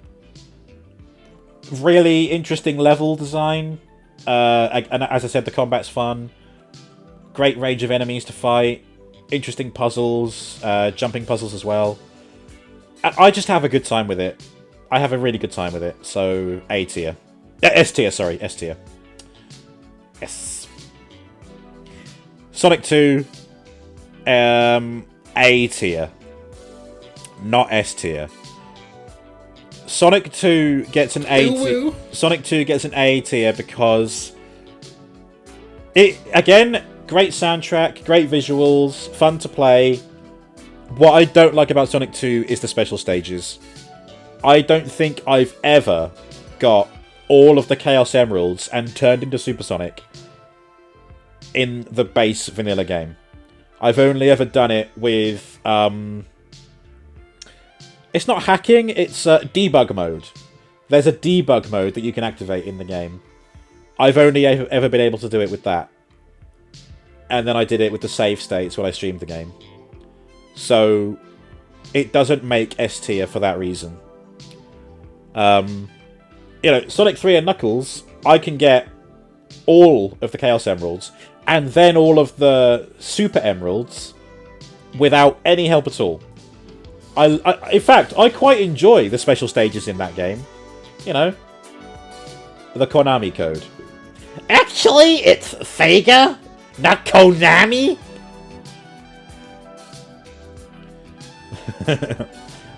Yeah, so Sonic 2 is A tier. Sonic the Hedgehog 1, S tier. I mean, much for the same reasons as Sonic 3 and Knuckles, but Sonic 1 did it first. It just didn't have the additional characters. It didn't have the best music, but because it was ground zero for Sonic the Hedgehog, and it, again, nostalgic value, fun levels, varied levels. It's fun. It's really good fun. Sonic the Hedgehog, and I can also beat that without any additional help. So yeah, I like it. Something like the release date in the music menu. Is it really, Space? You know, I didn't know that, but there we go. Yeah, you have to play the sound files, don't you? Yeah. Okay, Kinia. Oh, wait, no, I won't need your help for this, because Tomb Raider Chronicles, a.k.a. Tomb Raider 5, this was the last PS1 release, wasn't it? It was the first Tomb Raider game that I streamed, because I did Tomb Raider 1 to 4 off-stream before I decided to stream. Oh dear, Kidia, you might hate me for this. I had as much fun with it as I did with Tomb Raider 1 to 4, but I remember distinctly I spent an entire stream on one level because it was just so unclear on what to do. So for that reason, I'm giving it a C. Tomb Raider 5 gets a C tier. Yeah, what I remember the most from that level is a little maggot man. That's all I can think of what he looks like, because he had, like, you know how a maggot is, like, kind of, you know, it's ridged, it's got rolls, you know? That's what this guy had, and he had a mouth that looked like the face of a maggot as well. So I called him the Maggot Man. I am the Maggot Man. I come from down the way. Yeah, that level was just awful. But I like what they tried to do with Lara Croft's like backstory. You know, there's like a level with her as a little girl with pigtails. You know, that was kind of interesting, like seeing how she, you know, evolved into the Tomb Raider. You know, it was almost like a best of compilation without having prior experience with these best of adventures, you know. And I think that was a great way to have, again, some varied level design that isn't all based around a central theme. You know, when you have a game that is set about remember that time where we were over there, and then you have a level over there, and then someone else chimes in and says, yes, but what about this bit over here? And then you go somewhere else. Good fun. I need to stop saying fun, don't I? It's alright, we're near the end. We've got 7 games left. 8 games left. So, yeah, Tomb Raider Chronicles C. Now, Kinia, this is where I will need your help. I can't remember anything distinct about these 2 games. Tomb Raider Legend. Can you give me some examples of, like, some levels of this one? Tomb Raider Legend. What was in there? Because it obviously it's over a year since I played these. Bike level. Oh, okay, I think I know the one you mean. Is that the one where you're having to dodge obstacles? Oh. I thought that was Angel of Darkness. Okay, right. Oh god, this is awful. I still don't remember. Hang on. You know what? Why don't I look up some images or something? Hang on. Tomb Raider Legend.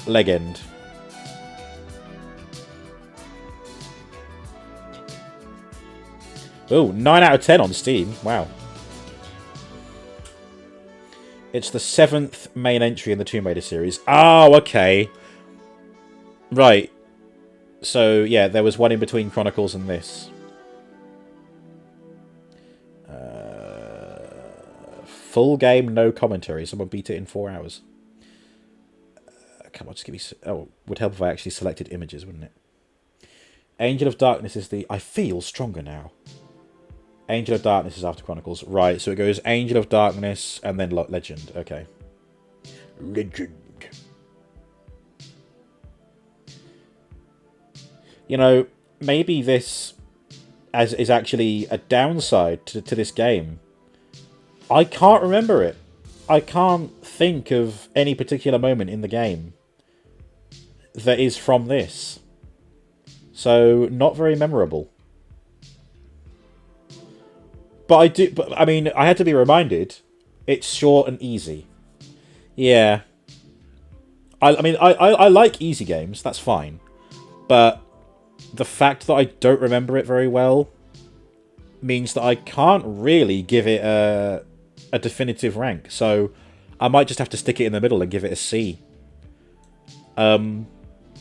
Just because I can't decide what I can't think what I think about it. And I don't have time to go back and look at the VOD, so how dare you? Look, I don't know. I get that it was maybe short and easy, but this is your favourite Tomb Raider. You want to go and do the tier list yourself? You're quite welcome to. You can put all the Tomb Raiders on the S tier and everything else F tier if you wanted. I'll be sharing the link to this after the stream. Alright, so... Okay, Kinia, Angel of Darkness. Wait, Angel of Darkness is the one where you can absolutely cheese the boss fight, right? You do have a tier list and it's on S. Okay. Yeah, but this is the RoboPrimeGames tier list. Right, okay, yeah. Tomb Raider Angel of Darkness was janky, wasn't it? And... Oh, was that the one where it was stupidly difficult and then easy? It's just a glitchy mess. I think it was a bit glitchy, wasn't it? It's the edgy. It's the edgy one. Right, yeah. And yeah, to beat the boss, I just had to really cheese it.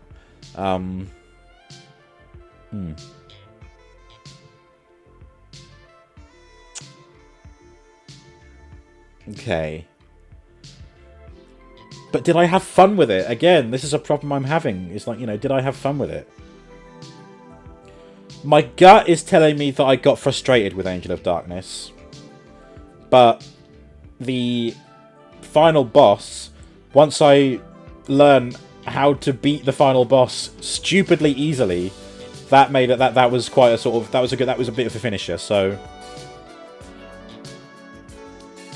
God, I mean, I'm like a broken record at this point, but I think that makes it a C tier. Frustrated with it, but a fun finish. So C. All the Tomb Raider games in this tier list are C. Wow.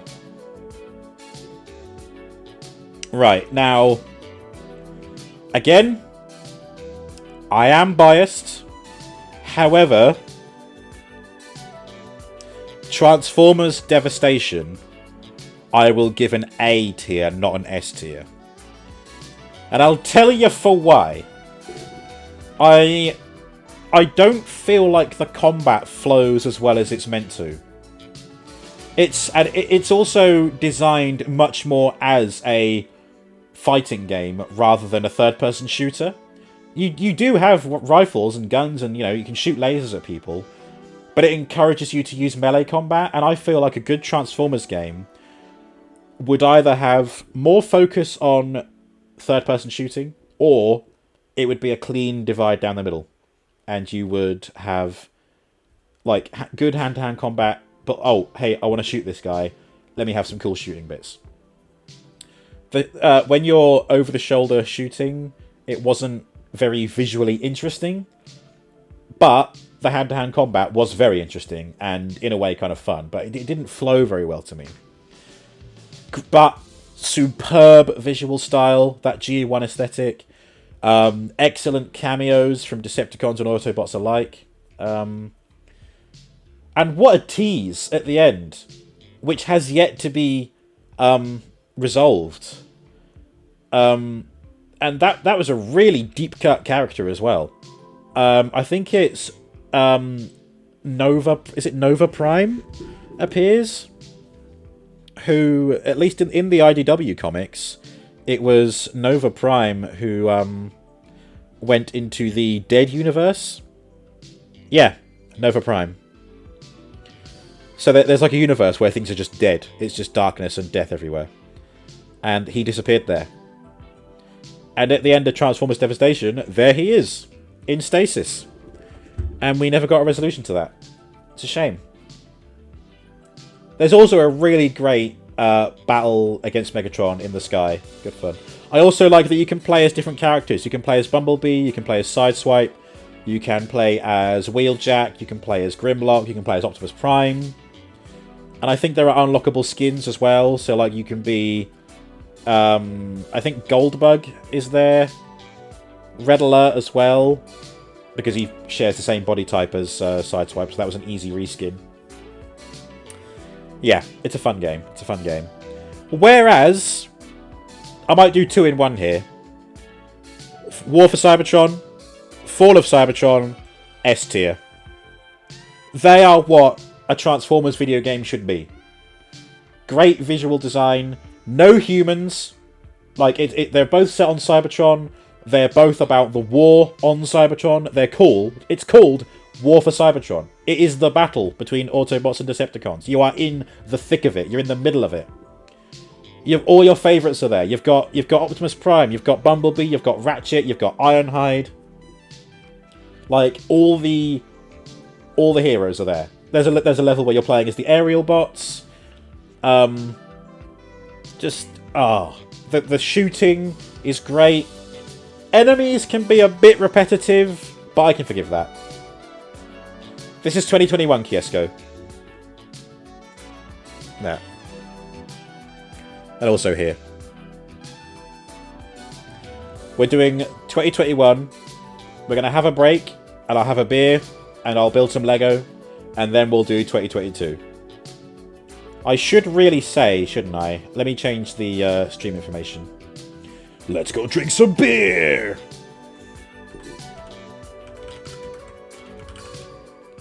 There we go. It's a bit late now, because we've only got 3 games left, but I've changed the stream title to say 2021 games. Yeah, Fall of Cybertron is by far superior to War for Cybertron, but War for Cybertron enables you to play as one of 3 characters in each level, whereas in Fall of Cybertron you can only play as 1 character at a time. But what an opening, playing as Bumblebee in the conclusion of the game's narrative, and it's like, oh, the Ark is going into space, and then it's like, oh, flashback, and now you're playing the events leading up to that. And again, excellent cameos. You can play as Jazz in Fall of Cybertron. There he is, little cameo there from my new boy. My boy! It also helps that I'm incredibly biased towards Transformers, but I was fair, and I didn't make all of them S tier, okay? But yeah, those 2 are really great. Really good.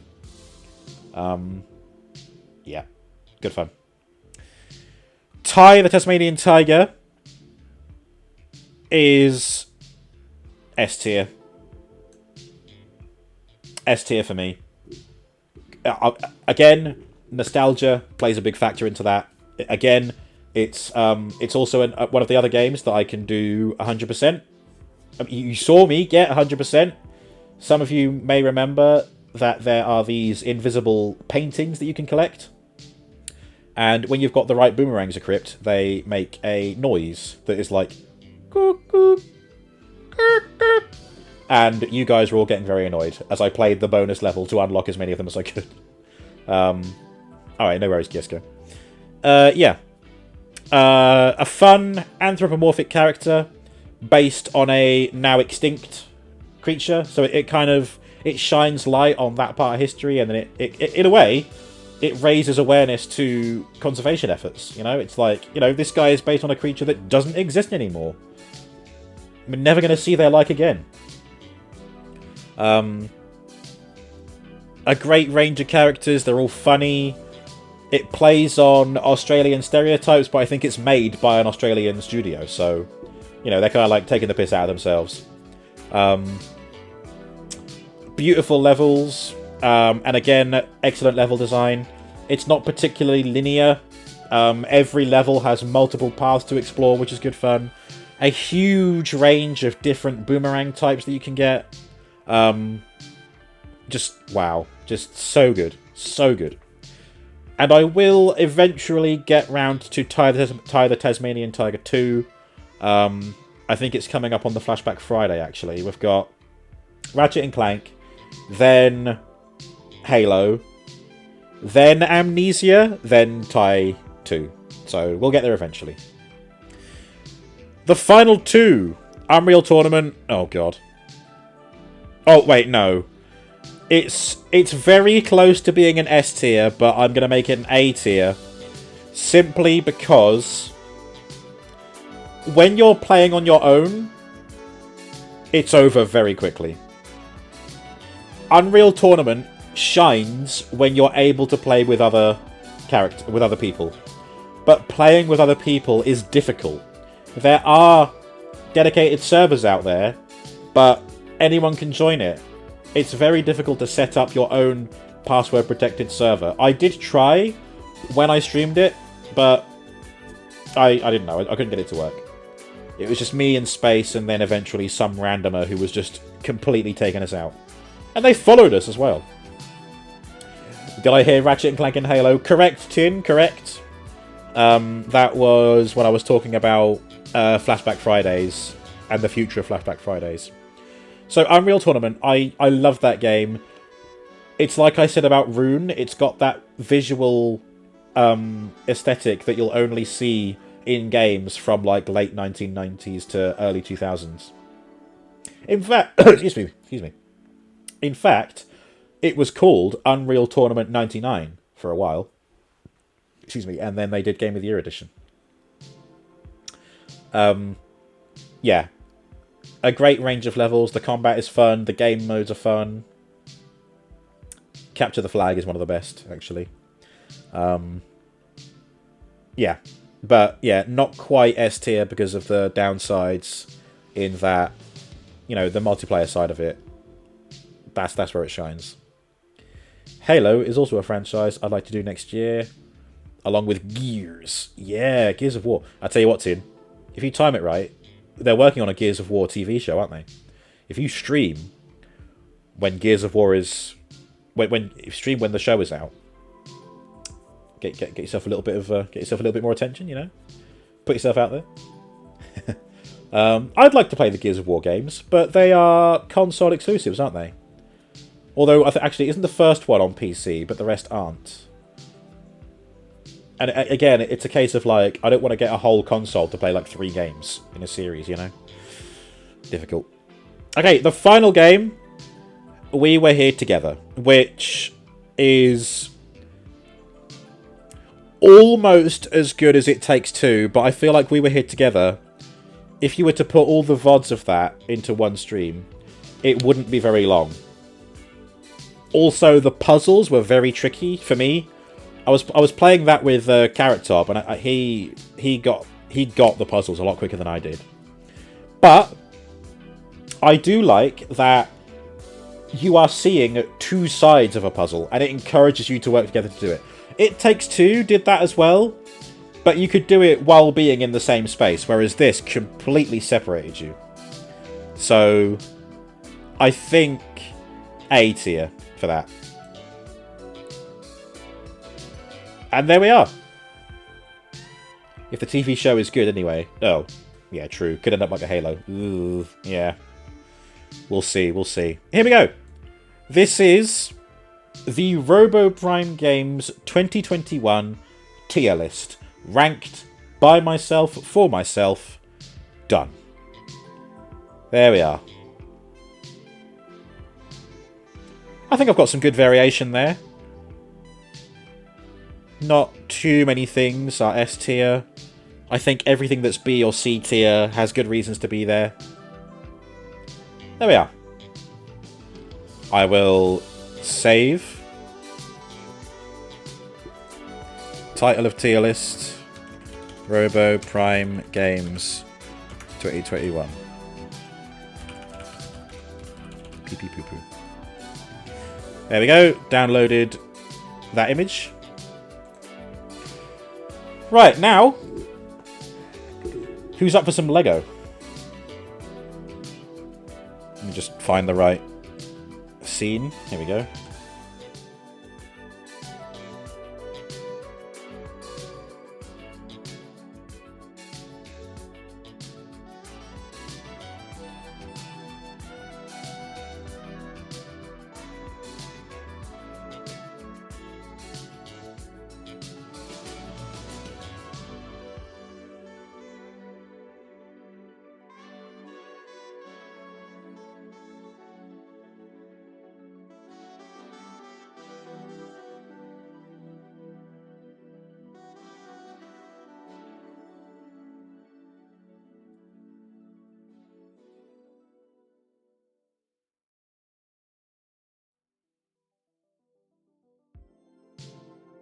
Fucking diarrhea-ridden fucking Wi-Fi.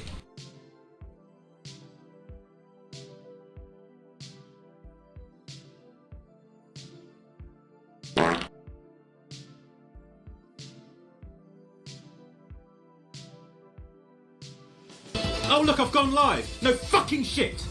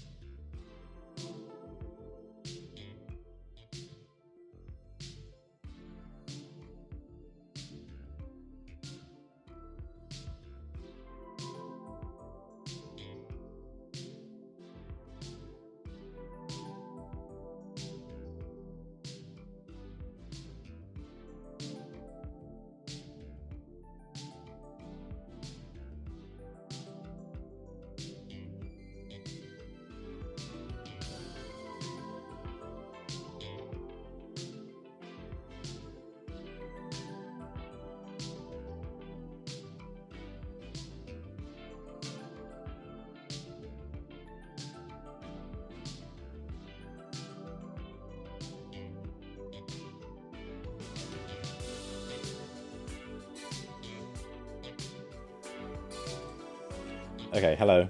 Sorry, I was trying to figure out the how to add the microphone to this new camera, but it didn't work. Oh, also...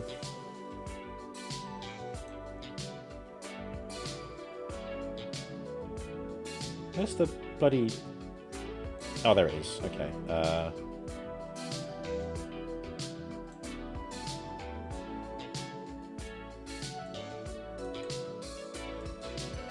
Just make it a bit bigger, you know?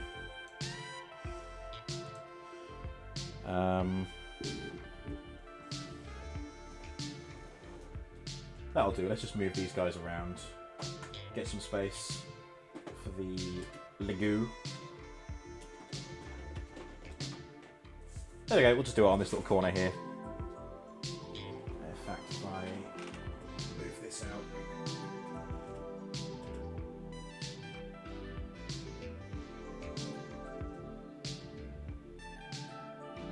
Yeah, I need to...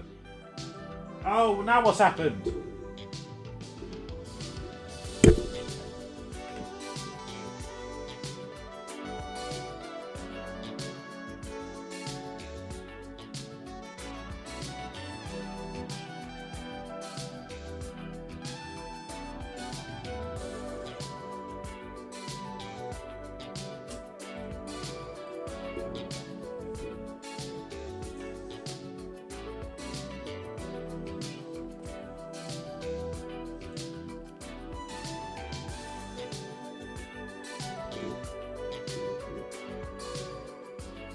I hit the fucking button on my phone and it brought up fucking Bixby or whatever.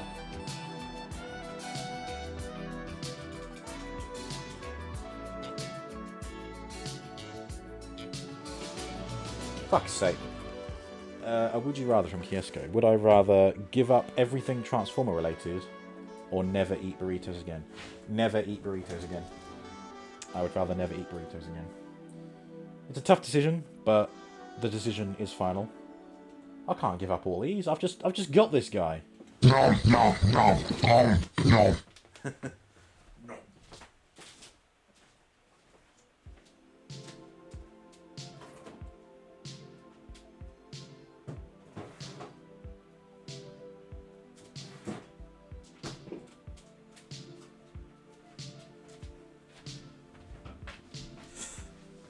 Okay. It is beer time, my dudes. Let me, We're still good? Yeah, we're still good. It says, video is being letterboxed. Please turn video off and on again in your video software in order to output at native resolution. I'm not going to start fucking around with that now.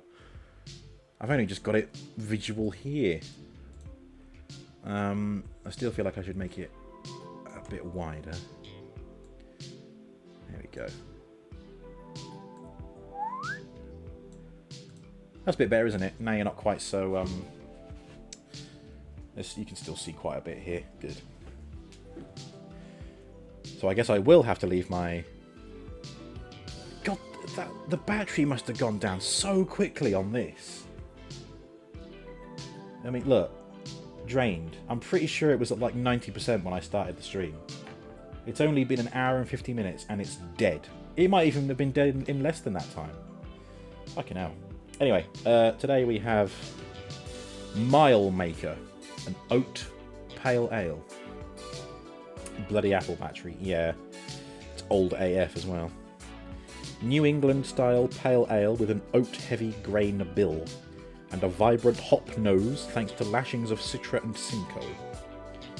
Pale straw in colour with a luscious hazy appearance and low carbonation rounding out the palate, making it smooth and drinkable without being cloying. Don't be cloying. Let's just depressurize it a bit. And then we do a little bit of something like this.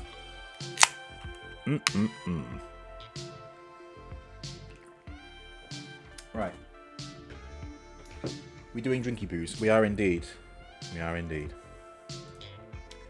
Right, we're now doing a Lego and beer break. Updated the stream description. Cool. Chaotic is gonna crack open one of your Christmas gifts then. A bottle of Mad Goose IPA. Very good, very good. Right up your street. Okay. Lego then. Oh shit. We're building this Iron Man set that I got for Christmas.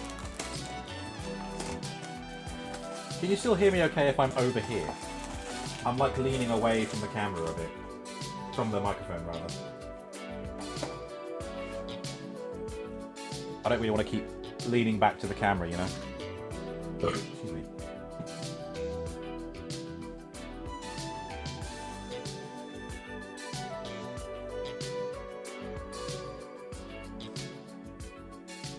Right, anyway. Yeah, this shouldn't take long. There's only a few pieces. 2 bags. So let's just pour all these out.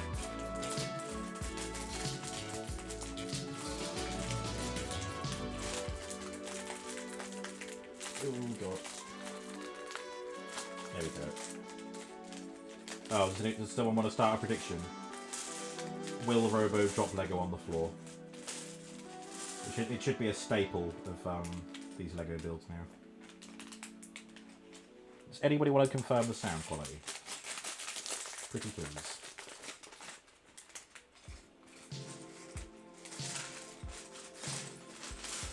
Okay, there we go. Oh. Oh my god, look at that. Tony Stark inside the helmet and outside the helmet. Okay, it's just a pale, not an IPA, but still is goose. Lovely jubbly. Right. Instructions. Tiny instructions. Okay, it wants the minifig done first, of course it does. There's the helmet. There's the body.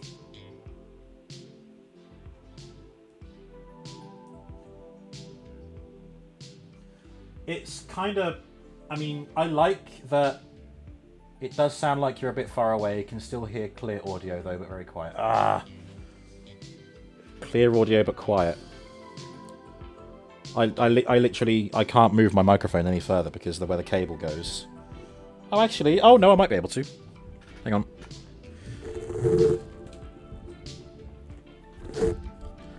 Okay, that should be a bit better. Just shout. Oi! Her hiss is far worse than her bite, except around mating season. The back of the bottle blurb. Damn you, cables. Yeah, it's just... I've become so reliant on the microphone on the camera there. Anyway. So, I think it's a nice touch that they've painted Tony's face like that with the, with the heads-up display. But you never see it when the helmet is on. This isn't a helmet that has a functioning visor, so... Even if you took the helmet off and put his hair on him... Ah, that's pretty cool. I like that. Ant-Man! Okay, what are people saying? With the... Okay, people are confident that I will drop Lego on the floor. Hello, Will. How you doing? Welcome to the beer/Lego break. Oh, there's something else to do with this. We can make his hands glow. Like that.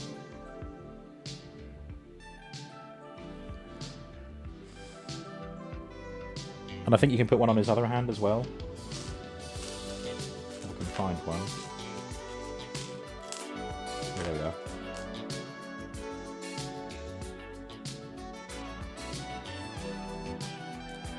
Oops. I guess it's like... Is it a repulsor blast, or is it when he's like lifting himself in the air, maybe? I don't know. You need to get one of those Iron Man mechs too. You have the Thanos mech from the first wave and Miles Spider-Man one. But none of the others yet. Ah, okay. I didn't even know they existed until I opened it up on Christmas Day. Right, let's get building. Alright, time for a break. Will is doing good. Watching Logan on the telly at the moment. Oh, what a film. Logan is such a good film. Is it the first time watching it, Will?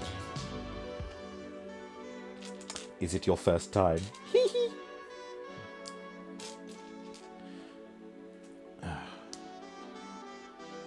Okay, then we have the balls. Not that one though.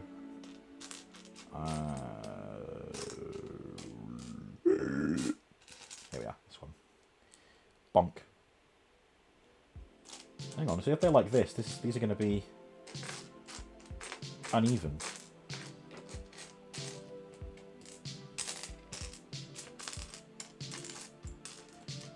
Lego on the floor update. It's not on the floor.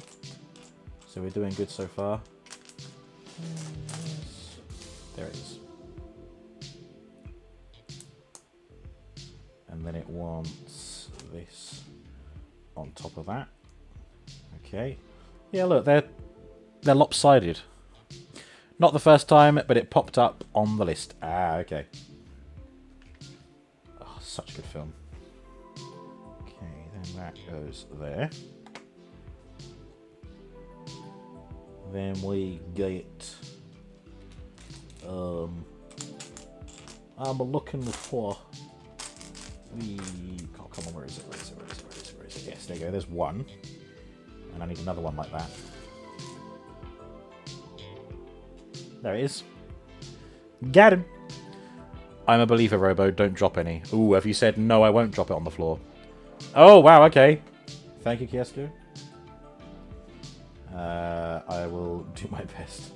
Oh shit, the pressure's on. Okay, that's that.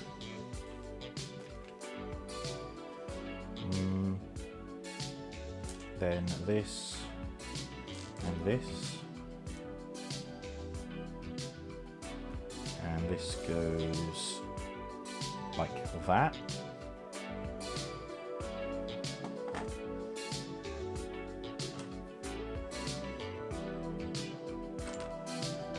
What is that? Oh, it's one of these pieces, okay.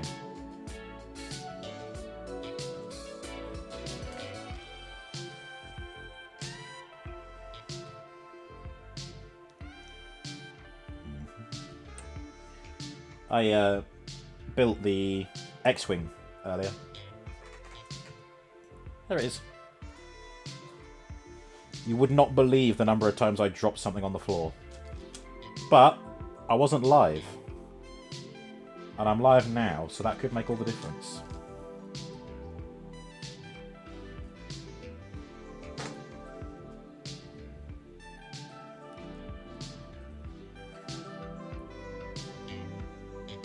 I'm still annoyed that these are uneven.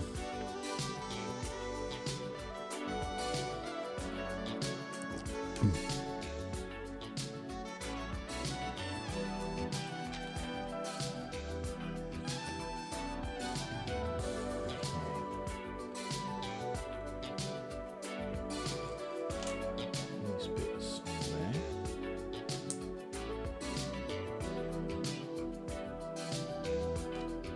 These angled bits.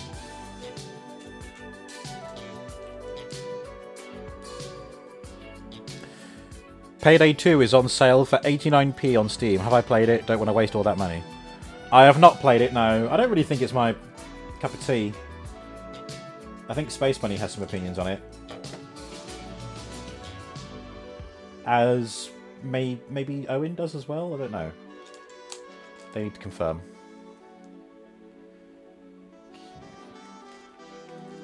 Playing with some gold bits now. Always believe in your soul. You've got the power to know you're indestructible.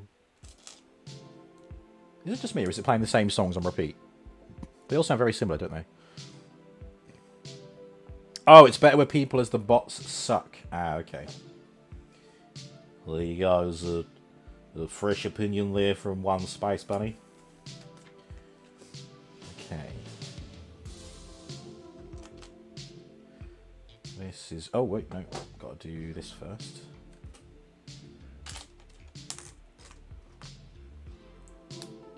Got to do two of those. Oh, it's the telephone piece. That's... Hello? Oh, they hung up on me.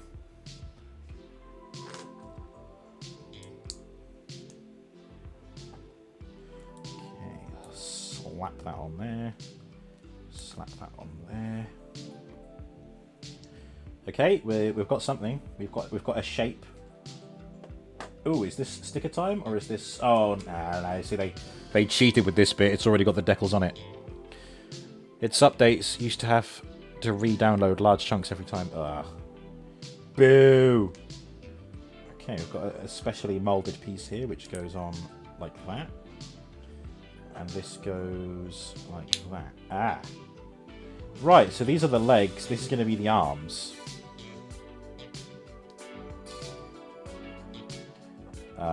Calling it now.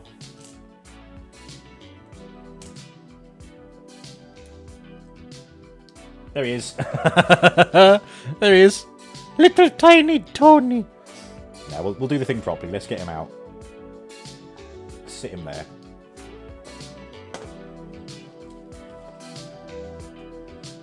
It's a fun heist game once you get going.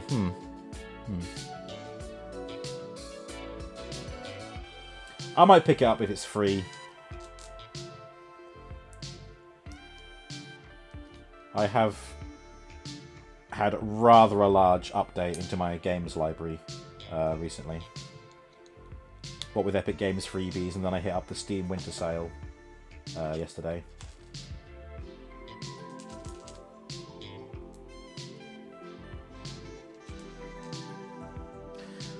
You'll get it. 89 isn't going to put you in debt. Oh, fair enough. Okay, we've got the upper legs there.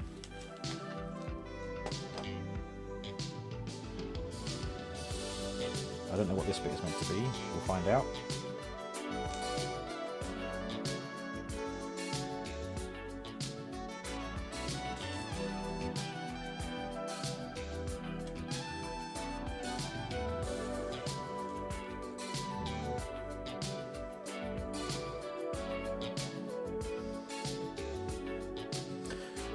Is that Canadian money? Oh, it might be.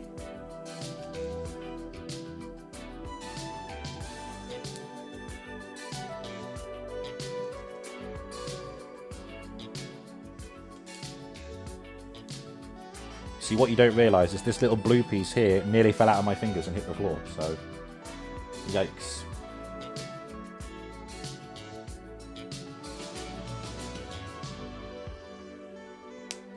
Okay, that must be lower leg. Oh man, I wish Bionicles were this posable back in the day. If they remade Bionicles now, they might well be like this. So is this meant to be like AliExpress Hulkbuster armor? Oh man, that Lego Hulkbuster set is incredible. I think it is on sale, or was on sale recently. But it was still like 380 quid or something. Fucking insane. It must be absolutely massive as well.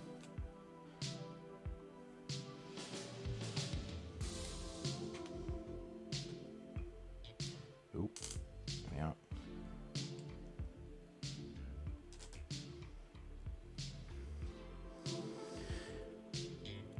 For some reason they did a series of mini mecha for random characters. Oh, okay. I mean, with Tony Stark it makes sense, doesn't it? You know, you do an Iron Man set for him. Oh, but then I suppose, you know, it's profitability, isn't it? We should do it for all the characters. Even the ones that don't do anything? Especially the ones that don't do anything. We all got some knobbly knees there.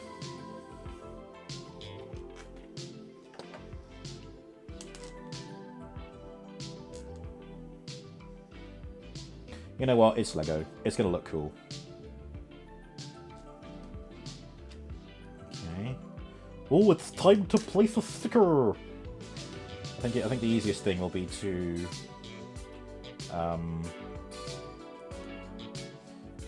place the piece where it's meant to go on there, and then apply the sticker. So it wants. Oh, they're both the same. So one of those.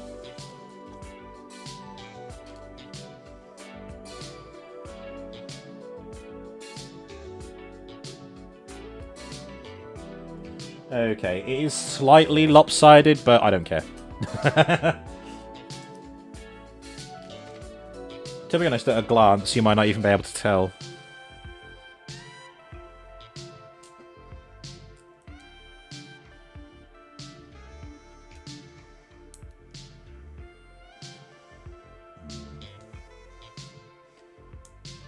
Okay. Oh, you do 2 of those and that makes the feet. Ah, interesting. Okay, let me see if I can do that from memory. 2 studs over here. Then this bit in the middle. This on the end. That on there. That there. And that on there. And then we put the sticker on.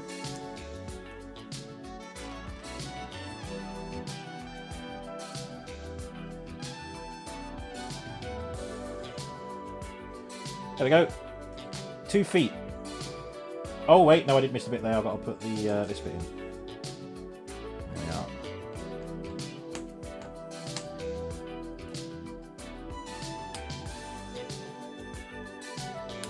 But he can now stand up. Oh, that's kind of cool, actually. Yeah. I mean, it was always going to be cool, but now I'm seeing it and I can see how poseable it is. I'm a big fan of poseability.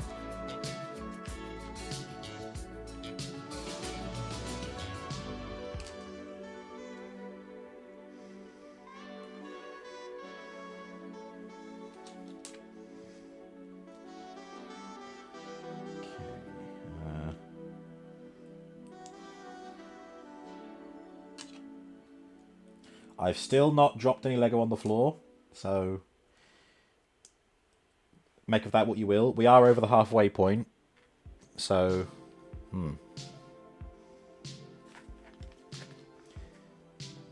But it's still all to play for.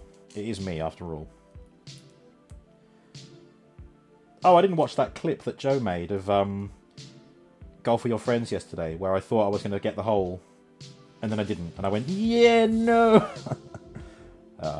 Need to find it. Okay, this is the big old shoulder. There we are.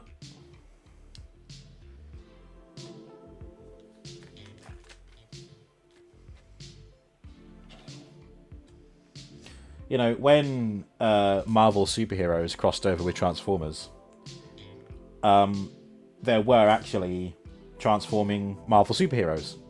And I think in the story that they were crossed over with, it was a case of them being mechs, transforming mech suits that people would go in, so that the superheroes could go toe-to-toe with the Cybertronians. I would love those. I think they did one for Hulk. They did one for Captain America. They did one with they did one for Thor. They did one for Spider-Man. I can't think of any others, but I would love those Transformers. They are so rare now.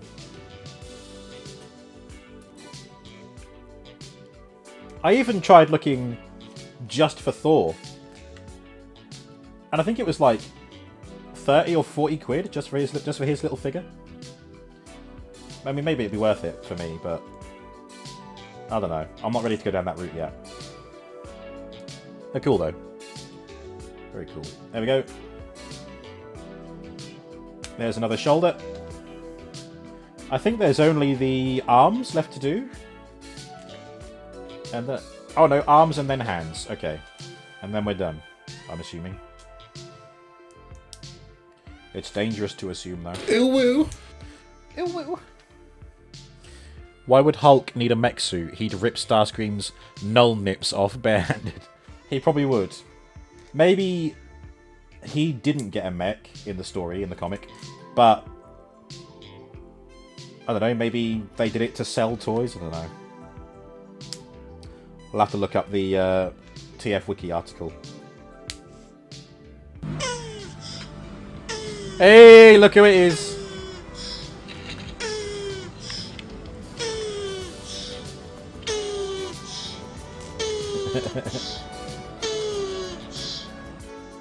Hello Sarah, how you doing? How was your din-dins? It looked very yummy. You are joining us in the... just a little Lego building period in between tier lists.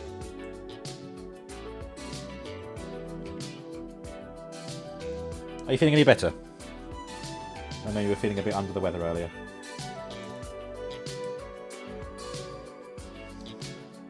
Okay. Oh, okay. This is only on one side. Or is it? No, it is just the one.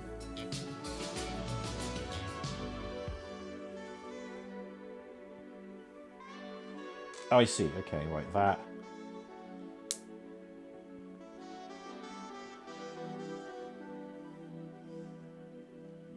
Oh, wow. Okay, hang on. Let me get these on.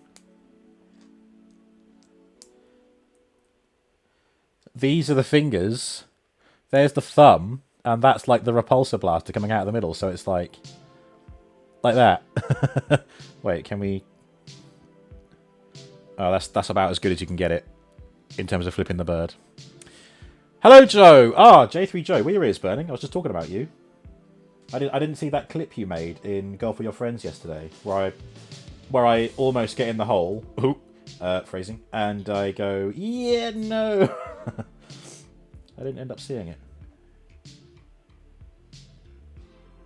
Ooh. There we go. Sticker applied. Sarah's doing good. Dinner was lush. Feeling better, thanks. Ah, fantastic. See, it was that good hearty meal, am I right? Set you right. Made you right as rain, it did. But yeah, I'm doing good. Doing the first tier list was fun. And now we're on to tier list number... Well, we're on to the Lego build. Then we will do tier list number 2. Which I can't... Even I can't remember all of the games that are on it. But I'm looking forward to talking about them again. And there's already a few that I can think of that will go straight to S tier.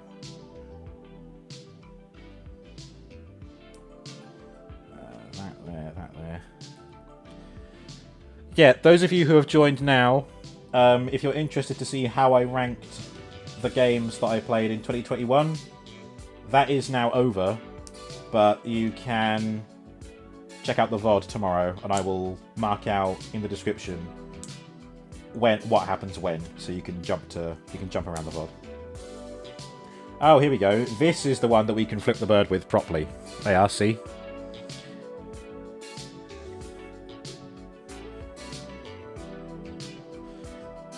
A sort of beckoning hand there.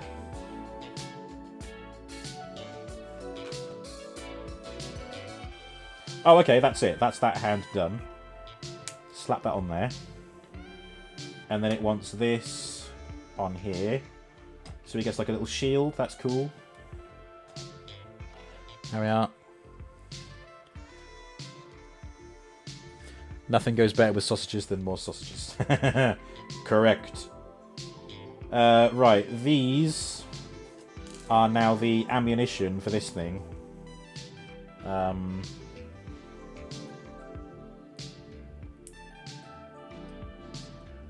I kind of don't want to fire it in case it goes on the floor, but... Yeah, there we go. Yeah, that's fun.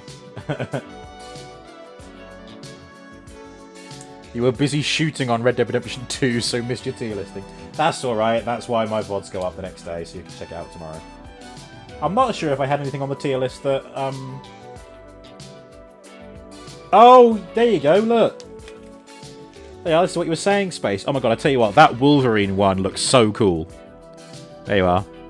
And then there's a... Is that Black Panther? Yeah, Black Panther down there. Nut! Love a good Cumberland sausage. Oh yeah! Great big sausage. Okay, everyone. You can end the prediction. I did not drop any Lego on the floor. There's a first time for everything. You heard it here first. I did not drop a piece of Lego on the floor. These are all spares. But we have successfully made the... Oh, you know what? We haven't even done the important thing. We haven't put Mr. Stark himself in the thing. There we go. Ooh, he's drunk. There we are. What a great little set. I would have loved that. I would have loved that when I was little. I mean, I love it now anyway, but yeah, look at that. Big and juicy. Oh. Celtic thinks... I think the first Wolverine minifig. Is it really? Nice. My points. Filth. Oh yeah, we like it filthy. Come on, Joe, you've been here long enough to know that we like a bit of smut. And here he is next to my most recent acquisition of Transformers, Jazz. There we are. Move them up a bit so you can see what they look like. Sarah must be here. Wow! Oh, wow, Joe, you're blaming it directly on Sarah. Damn. Right, let's move. Oh shit! Oh my cables! Oh my fucking cables! Right. It's never you. Well, that's what someone whose fault it is would say. Oh god, I suppose I better leave the phone up in case I get a transform through. So, okay, 5,000 channel points go to Kiesko. GG's Kiesko. Funny enough, every time I'm here, my messages need approval. Yeah, that is true. Okay. It's now time to move on to our 2022 games. I'm just updating the stream title. There we go. Done. I've got it bookmarked. Oh, I just need to edit it and add a E and F tier. Oh god. Oh, you can see the redness in my cheek. Ugh, disgusting. Edit, here we go.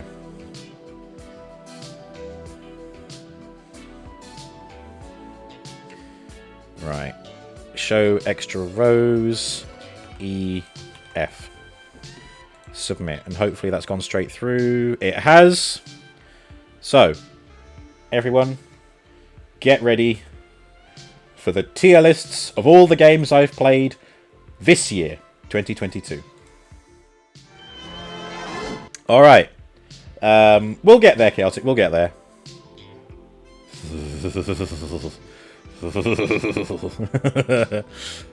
Number 1, Rayman 2. Rayman 2 was last year, Joe. That was 2021. And that got... I think it got A tier. Did that get A tier? I think it did. Right, Off-Road Horizons. This was one of the games that I played in Motoring Mayhem. Yeah, right, Joe? Yeah, Off-Road Horizons. It's a great concept. I think it... I found myself forcing my way through it in the end. Like, it didn't... I mean, I was trying to go backwards up these mountains in the game, but that's a me problem. The game shouldn't be to blame for that. I was just trying to do things it wasn't designed for. So I think I might give this a B, because I think if you did it right, if I went and gave it another go and did it right, I reckon I would enjoy it a lot more, and I would maybe succeed at it.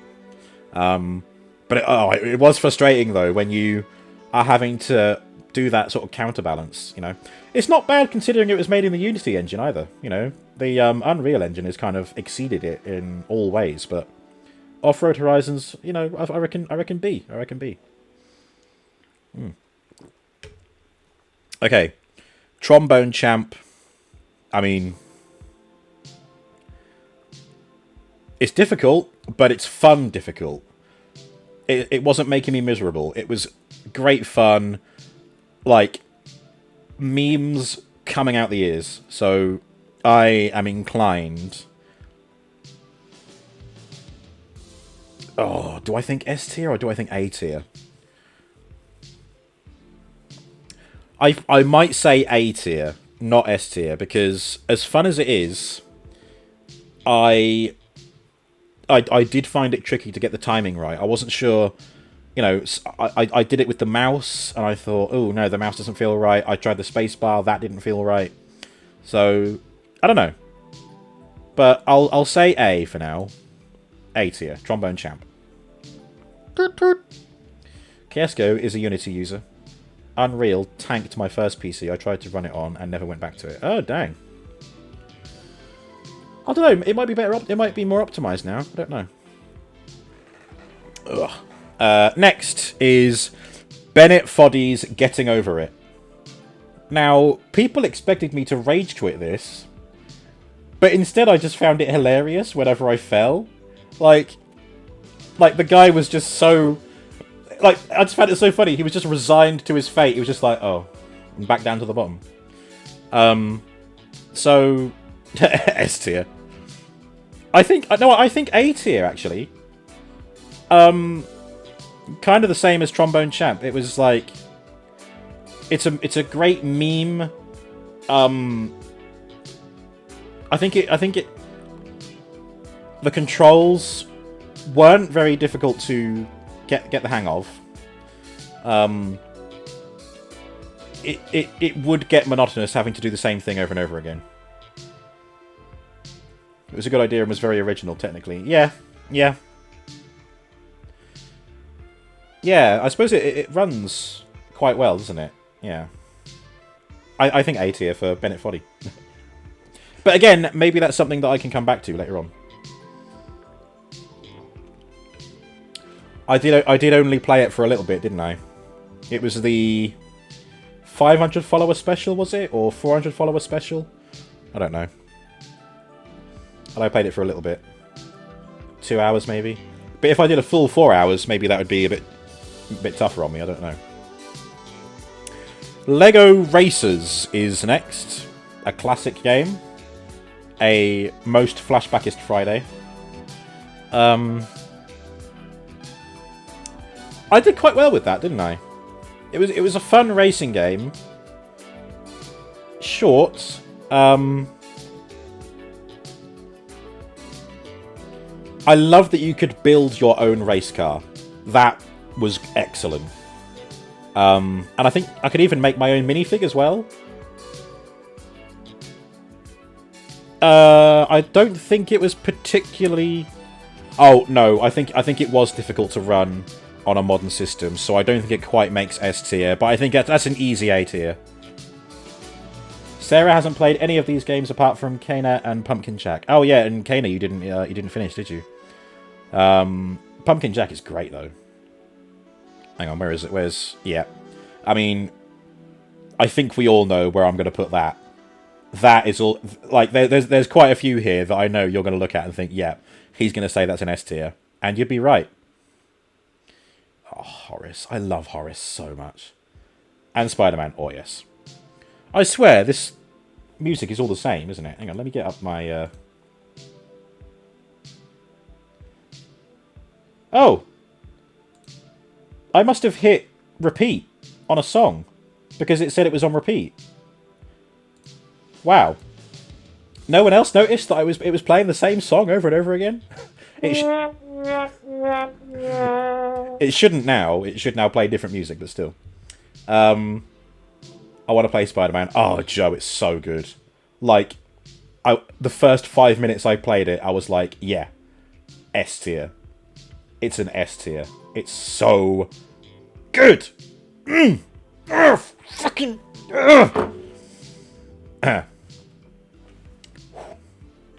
Fail. Yeah, alright, Sarah. No need to point it out, okay?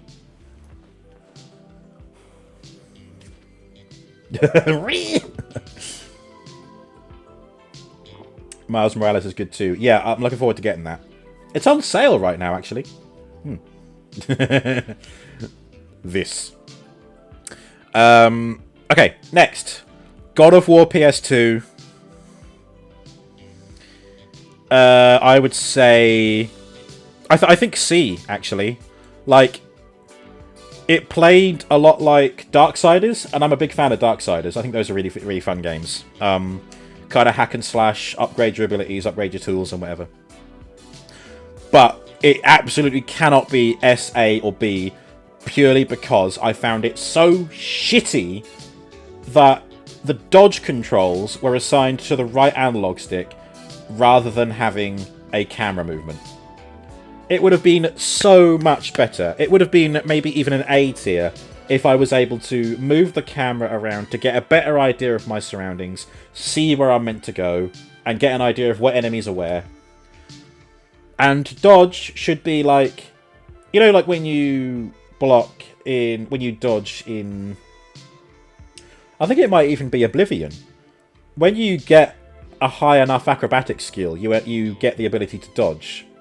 And you do it by pressing the block key, and then a certain... I think like a movement key or something.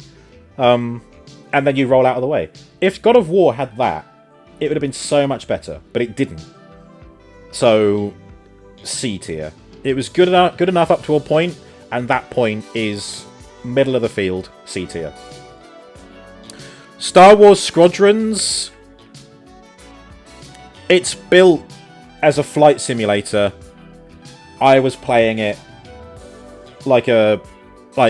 this is built for someone with VR. I don't have a VR headset. Analog stick dodging. I know. Yeah, that was my face when I realised. I hardly used it because it's just not. You don't think to do that. Like if I wanted to dodge, I would block and then press a button to move out of the way. Yeah, Sarah tried the old God of War but didn't like them, unfortunately. Yeah, but I guess had you played the 2018 God of War at that point? Because I guess that would that would overshadow these ones, whereas I have no experience of any of them. I'm starting at the very beginning. It's a very good place to start. Anyway, enough about that. Star Wars Squadrons.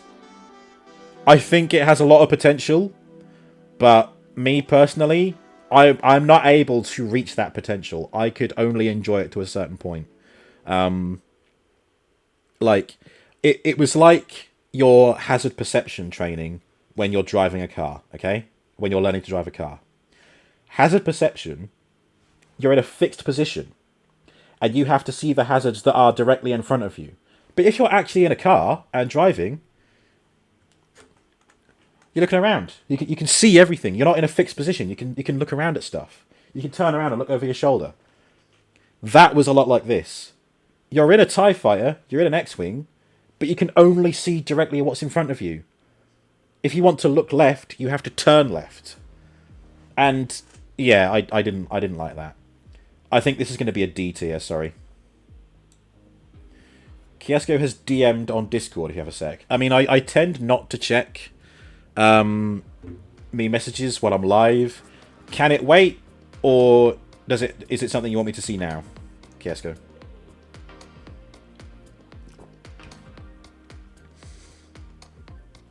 Also, it's on my phone, which is what I've just used for the transform cam, and yeah.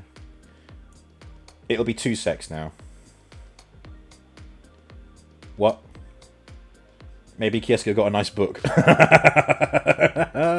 Oh, Kidia.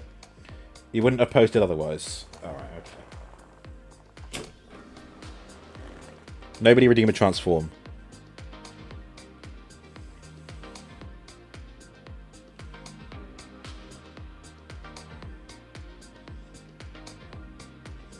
Oh, no, that's fine, Kiesco. No. Everyone knows that anyway. I mention it all the time. Don't worry.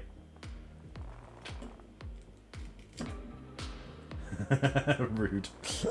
Kiesco was pointing out this, but you all know I live here anyway. I've mentioned it 1,000 times.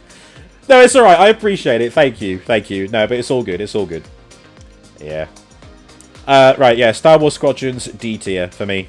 Sorry, Adam, if you're watching. Rayman 3, Hoodlum Havoc. It was strange. It was so weird. A funky soundtrack, but just a strange game. Some bullshit mechanics in there. It made me a bit angry, especially the first bit of the boss fight. And by comparison, the second and third waves of that final boss fight were so easy by comparison. So I think I might say Rayman 3 is a D list as well. And the only reason it isn't E tier is because it's got a banging soundtrack. And I guess it did make me laugh occasionally as well. Glowbox is annoying as fuck. He can fucking die in a fire. Pumpkin Jack, I really enjoyed that. It was quite short. So I think A tier for Pumpkin Jack. How dare. Don't hate the player, hate the games that the player played. Yeah, Pumpkin Jack. I really enjoyed that. Soundtracks can make a difference, indeed. You need to finish Pumpkin Jack. When you do, Sarah, you should check out my clips, because oh my god, it was such... Excuse me. It was such a clutch maneuver on the final boss fight for Pumpkin Jack. Kinia was there. Kinia, you saw it, didn't you? It was like I died at the moment that I won. Okay, that was the kind of ending it was. But good fun. Really fun skins that you unlock. They looked really great. I like the weapons. They were fun. I like that you could switch between weapons super easily. Wasn't so easy to switch between skins. You have to go to a shop to get those. I like the art style. I like the audio. The cutscene narrations were fine. Oh, the mini games where he pops his pumpkin head off and puts it on the floor. Those were fun. But yeah, I think the only reason it doesn't quite get an S tier is because it was a little bit short. Hello, Pagan. How you doing? Kinia says F tier. For what? Rayman 3 or for Pumpkin Jack? What you talking about? Space Money thought that was a shortcut for porn. Bristol. Big, round, intimate, sultry, tantric ogre ladies. No, it stands for boobs rubbing inside... Wait, no. Boobs rubbing into sausage today or later. Amazing. A booby trap that actually catches boobies. Boobies rubbing into sausage today or later. Look, brothers!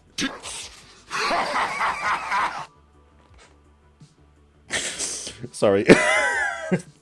I shouldn't laugh too hard at my own joke, but hey, fuck it, I do it all. Today or later, no better time. Oh dear. I don't think I can top that either. I'm not going to try and top it. Boobs rubbing into sausage today or later. Oh no, you did the fart command in someone else's stream. Wow. Oh dear. Whew. Right. Okay. Here's a bit of a niche one. Beano Town Racing.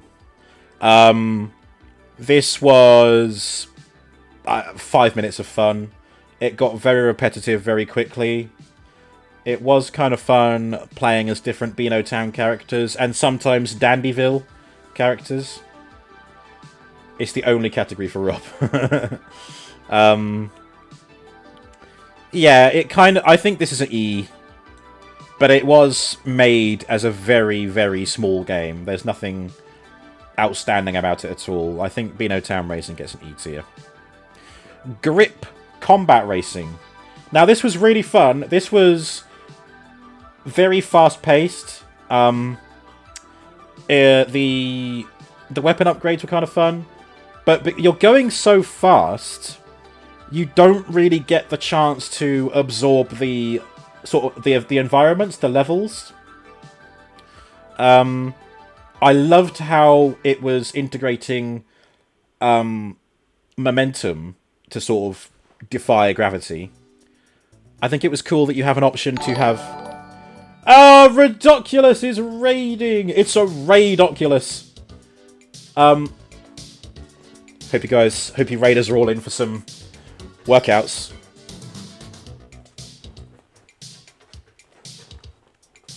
Welcome to the tier list stream. We have done today all the games that I streamed in 2021. We are now on 2022 after a quick Lego break where I built this guy. How are you all doing? I hope you're all well. I hope you all had a wonderful festive season and are looking forward to a brand shiny new year in a couple of days. How you doing, Ridoculous? What were you doing today? You were playing... Thank you, Space. Shout out for Ridoculous when someone is ready, please. Yep. Feast your eyes on those dumpers. Medieval Dynasty. Oh! I've got that one wish listed. How was it? Tell us your thoughts. Thank you, Kinia. Booty. Hehe, bottom. Right, so, while you're doing that, Ridoculous, hello, Raiders. I stream... Oh, yeah! Some of you may be wondering, why isn't Minecraft or the Elder Scrolls games on here?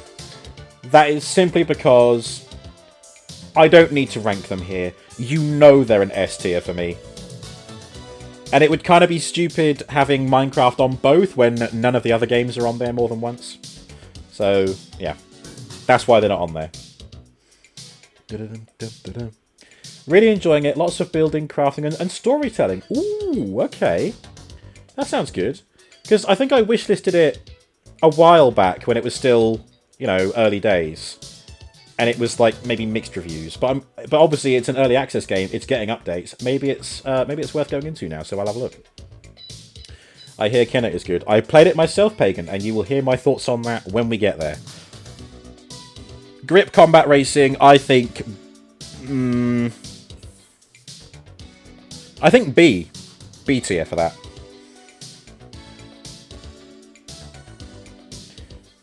I feel like you would love it. It sounds like my cup of tea. Yeah, thank you, Ridiculous. I will look into that after the stream, perhaps. You can't quite see the title, but this is Kingdoms of Amalur, Re-Reckoning. I think A tier. Because Fantasyland, swords and shields, the combat looks amazing, it's really satisfying. I like that it's kind of an open world, but you can't jump. You can't jump in the game world. The lore isn't as engaging as like Elder Scrolls lore is, even though it does try. It kind of it falls into that trope of sexualizing any female character with like really gappy armor just to show off the body, and it's like, come on, make it practical.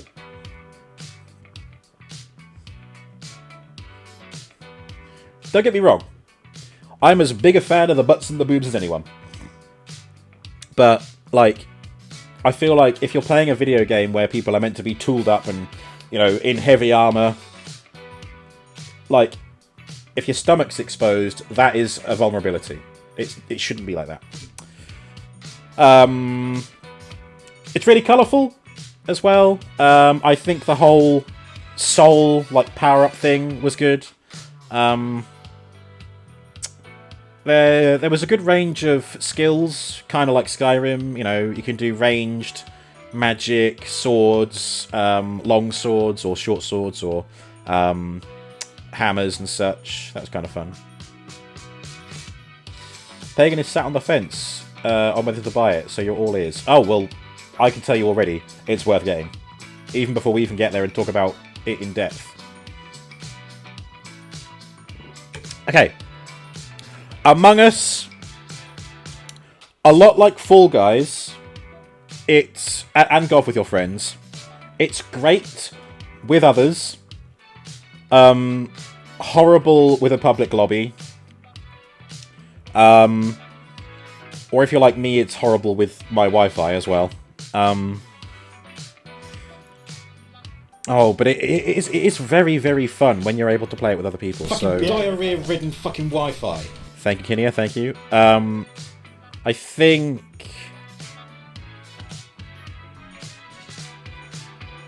See, I'm struggling on whether to say it's A tier or B tier. Amogus. Your boy Simon. Hello, Simon. Welcome. RoboPrime. Transform and roll out. We got a war to win. Simon, thank you so much for the follow. And you came in with Ridiculous. Hey, now I know you've got good taste. Welcome in. How you doing? Indeed, Among Us. A or B tier? Okay, I think B, because it, like, again, it's built for multiplayer. I mean, I know there's like a practice mode, which I guess is single player, but that's not even worth mentioning. The meat of the game is in multiplayer. So I think B. Oh, we'll get it then. I trust your game review. Thank you, Pagan. A tier. Kinia thinks A tier for Among Us.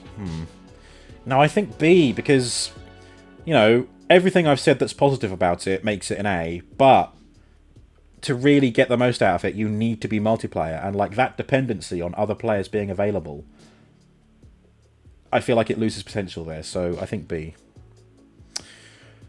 Forza Horizon 4. God, that was fun. I really enjoyed that. Really detailed open world. I like that it's not just racing. You can do like the stunt work, which I think I did a lot of when I streamed it. You can just pick a car and just drive through the British countryside in winter, in rain, in sunshine. But it loses points for not having multiplayer available right away. I had to jump through some hoops to play with, to have Cine on there with me. Not A. A. Oh, there's a little accent on it. Is that a Polish letter, Kinia? You're too tired to make good jokes. I'm too tired to make good jokes all the time. I just laugh at what I think is funny, and then it's not. However, I stand by boobs rubbing into sausage today or later is a good one. I'm proud of that one. Yeah, Forza, I think, it's another A tier. It slightly loses out on S tier because of that whole multiplayer one. Just chatting wordplay. Is that when we're talking about the boobs space?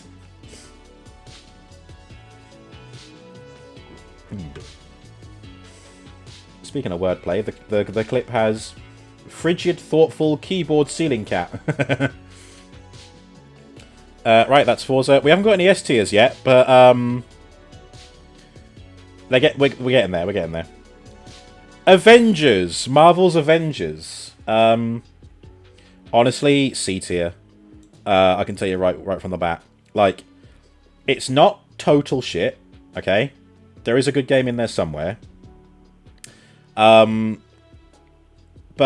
it loses out on the high spots because it like, if you want to enjoy it after doing the campaign, it's such a grind fest, and it would get really repetitive. I didn't actually do it in the end. Joe's heard nothing but bad reviews about this game. I would say my review is mixed. Like, it's in the middle. I'm 50-50. There's loads of stuff I dislike, there's loads of stuff I do like. It was fun playing with others, but again, that's fun up to a point.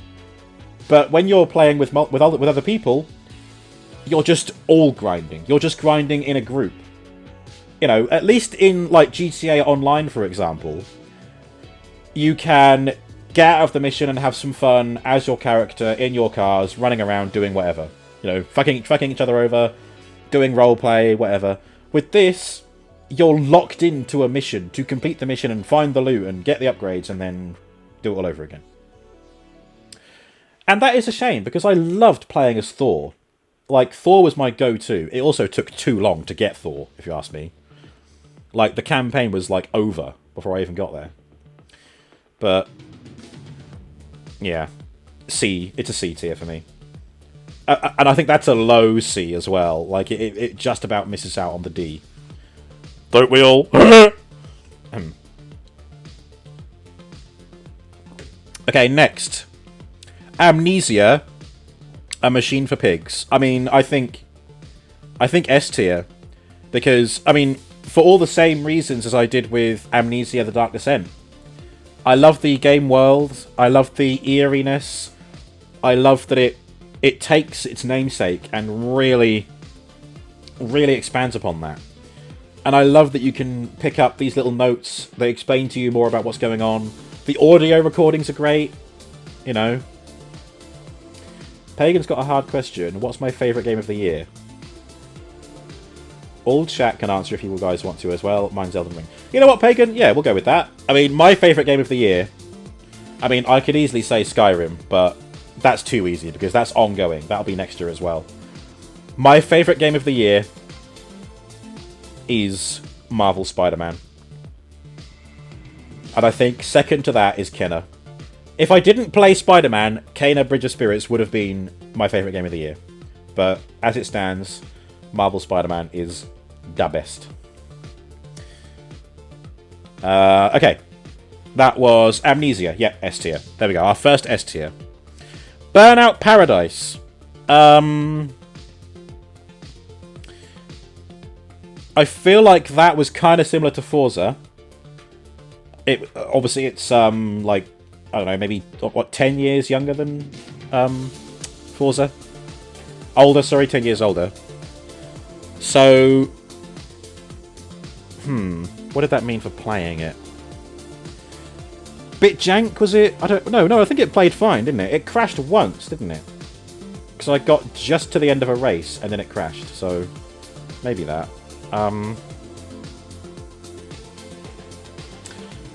I think a solid B, maybe. Thank you for the luck, Sarah. Appreciate you.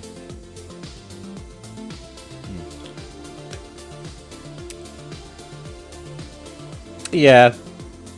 I'll say B. It wasn't as mind-blowing as Forza. I think because Burnout Paradise has a very urban setting. And with that, it's just very easy to just see everything as a grid, you know. There's a road that way, a road that way, and a road that way. Whereas in Forza, it's British countryside. You've got roads all over the place. You've got vast expanses of fields. But then again, I did both of those games only for one stream, so maybe if I picked them up and played them again, I might think differently. But as it stands, Forza, A. Burnout Paradise, excuse me, B. You know, for an uncarbonated beer, it's making me very gassy. Very gassy. Well, as they say, better out the attic than the basement. Crash Team Racing, it was fun, but personally, I found it difficult. I found it a bit challenging. Which I know, you know, again, to a lot of games, especially older games, that's the point, because it's like you've got to work for that saving, for that to save it, especially when you can save only at a certain point. But yeah, I think I might. Oh god, this might be the first very controversial opinion. I would put Crash Team Racing as a C tier, honestly. Like, I'm glad it was only one stream, because it forces you to get first place in every single race in order to unlock the others. And that reminds me, if I'm honest, that reminds me of Vex. In Vex, you had to get a certain number of things to move on to the next level. Crash Team Racing does that as well. Yes, Joe, I emulated the PS1 version. That's the only version, isn't there? Oh no, they did Crash Team Racing Nitro Edition or something, didn't they? Which is like a remaster. But it's the PS1 version. As per the icon, it was that version. Then I need to play the remake. Maybe I will. I think I might have it wishlisted. PS4, PC, Xbox. Yeah. All in good time. 2023 will have many games in store. Maybe that'll be one of them. I don't know. Okay. Dungeon Lords Steam Edition.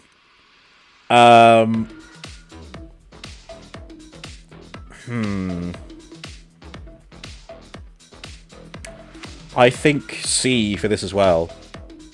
But hang on, let's talk about it a bit first. Fixes all the issues I said. Thank you, Joe. I appreciate that. But it's nice to get in touch with the old school one, though, every so often, isn't it? Right, Dungeon Lords. It had a very wide range of enemies to fight. So that is a very big plus. Like, there were different enemies in every region of the map. The map was quite large. It did make it difficult because you don't get waypoints or anything. You have to follow signs. And if a sign points in a certain direction and then you don't see any other signs, like, you end up being like, okay, have I gone too far? Have I not gone far enough? You know, etc., etc. The weapons all looked kind of similar. The armor was just a retextured skin, from what I recall. So it does lose points there. It also took a long time to beat. But, like, most of that time was spent looking around for things. And I had to look up a guide to progress through the story. So that's a downside as well. So I think C. C for Dungeon Lords. I think a high C, though, because, you know, like I said about, you know, even Dark Souls, it's like, it fits the things that I like in terms of like a fantasy setting, swords and shields, monsters, you know, be the hero kind of thing. So, but yeah, C tier. Empyrean Galactic Survival. Now, this is something else that I only did for one stream. It was good.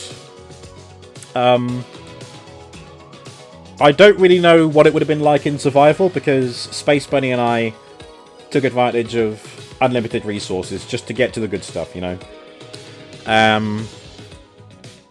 And it has if No Man's Sky and Empyrean had a baby, that baby would be Starfield, I think, because Empyrean does what No Man's Sky doesn't, but No Man's Sky does what it does better. Broken ships. They were a bit broken, weren't they? It was cool, though. You know, walking around the ship. Oh, but yeah, we would glitch out, wouldn't we? Like, if I wanted to walk around the ship and you wanted to fly away, I would get thrown out into space. So I think that's a C tier as well. It has a lot of potential, or had a lot of potential. Maybe it's a more rewarding experience when you're playing solo and you build a ship that has one pilot seat, you fly it somewhere, you dock it, and then you explore the rest of the ship, you know. I don't know. Oh, no, Pagan, don't worry. No, it is there. It is there. We've got all these games to go through just yet, so, you know, fear not. Fear not. They were custom ships pushing the limits of the game's engine. Yeah. People would do that, won't they? Forestia. Now, again, this is kind of a bit niche, kind of like Beano Town Racing, but Forestia, it was really fun, you know? I hadn't played it since, like, the early noughties, so we're talking 20 years ago. A childhood favourite of mine. It wasn't terribly difficult to get it working on a modern PC. The cutscenes lost a bit of colour, didn't they? But I loved each level that you played through. It was meant to be a educational game, but I never saw it as that.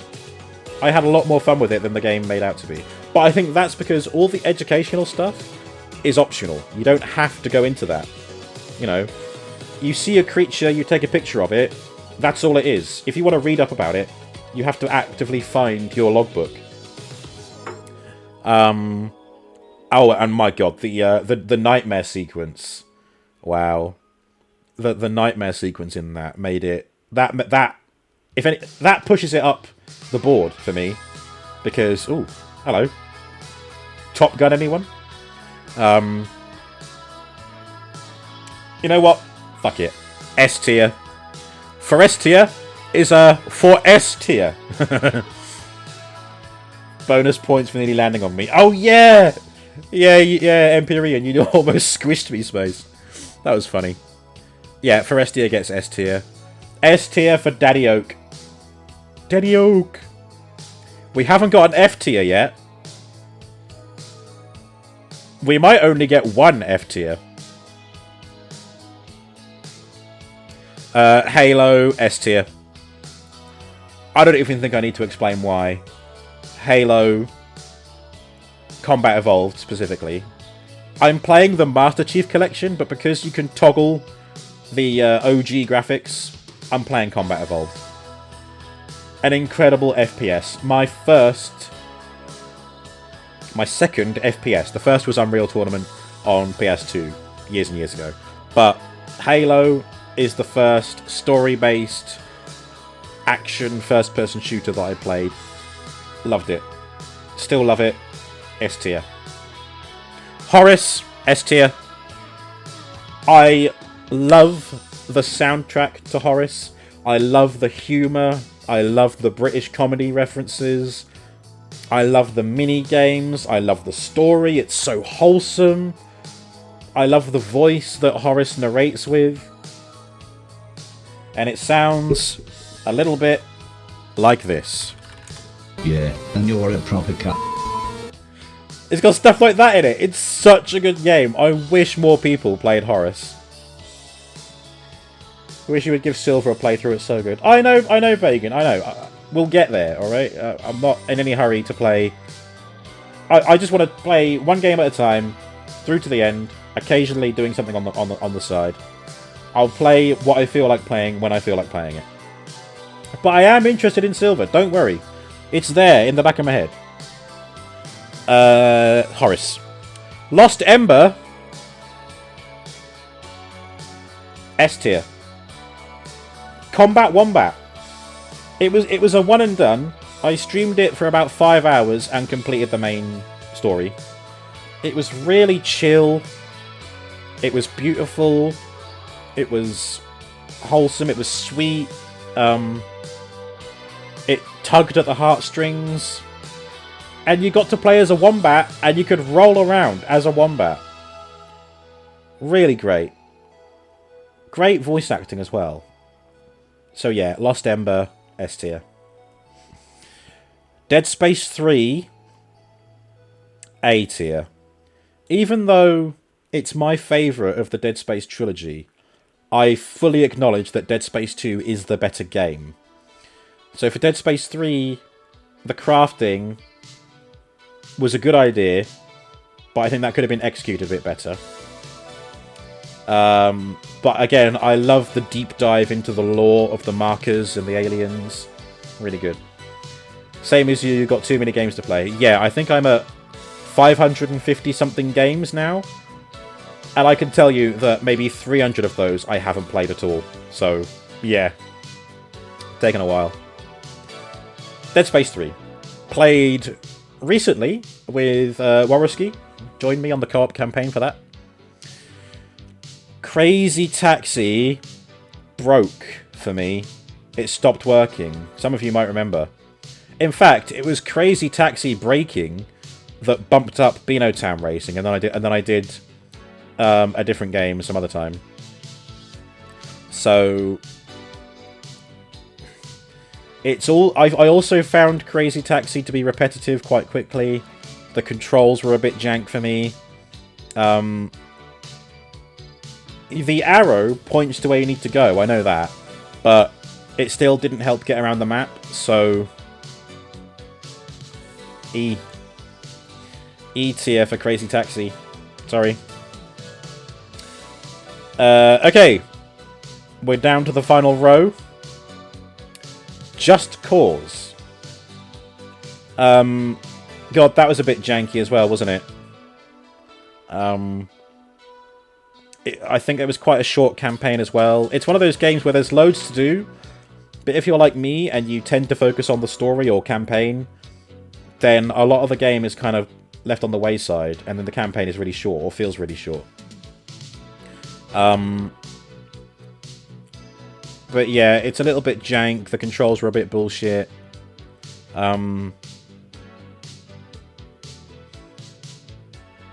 It was kind of difficult to do the, you know, you would shoot like a grappling hook on a passing vehicle. It was kind of hard to get that done, especially if your vehicle ended up getting too damaged and you couldn't pursue the enemy anymore. So I think I might have to say that Just Cause is a D tier. It's a nice idea, and I've still got Just Cause 2, 3, and 4 to play, so we'll see how they are. Kena, Bridge of Spirits, S tier. It would be S tier for the rots alone. Just Cause 4 is shit. Ruined the series. Ooh, okay. I mean, I'm not there yet, so I'll wait and see for myself. But, interesting. Right, yeah. Kena, Bridge of Spirits, S tier. Completely S tier. Lego Star Wars The Complete Saga.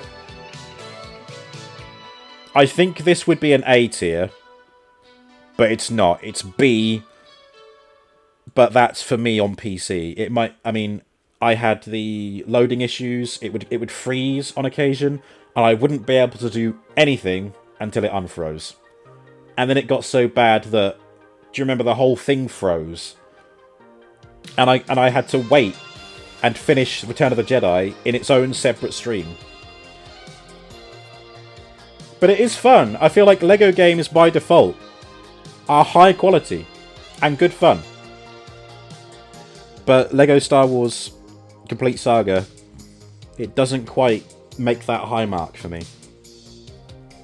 I couldn't find a solution on how to fix those issues either, which is a bit of a shame. Tomb Raider Anniversary. I believe I recall saying that I had fun with this. It was one of those games that I said, quote, was easy to play. You pick up the controller, the controls are easy, they make sense, the gameplay was smooth, it flowed nicely. I don't remember the story as much, but I had a good time with this. So, rather than being a C tier game, that the other Tomb Raiders were, I'm going to put this up to... Well, if I put it to B, why would it not be A? It's a remake of Tomb Raider 1. Okay. Oh, yeah, it was, wasn't it? Yeah, they put the story in there. More of the story, I mean.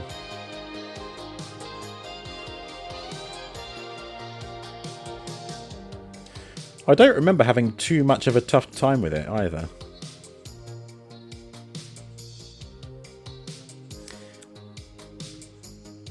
You know what? A. A tier. A for anniversary. There you go. Ooh, here we go. A very recent entry. The Saboteur. It was basically Assassin's Creed World War II France, wasn't it? I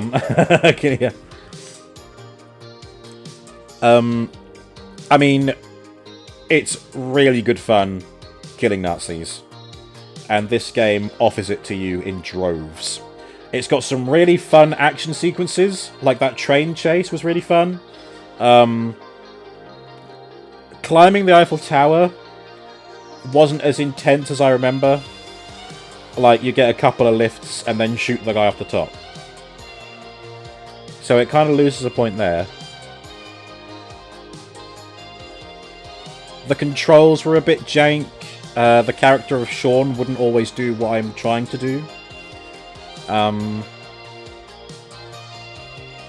I think for that, for a slightly underwhelming end, and for slightly janky controls... Oh! It loses major points for having a forced resolution of 600 by 800 points.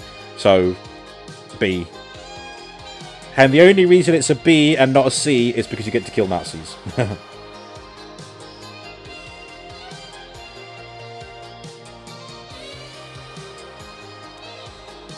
Sorry, Pagan, are you asking Kineo or are you asking me? Favourite Tomb Raider? Ratchet and Clank, S tier. A childhood favourite. Again, one of the few that I can 100%. Oh, you're asking everyone. Okay. I mean, at the moment, I think this is my favourite Tomb Raider game. I mean, it's the only one that's made A tier. The others were all C.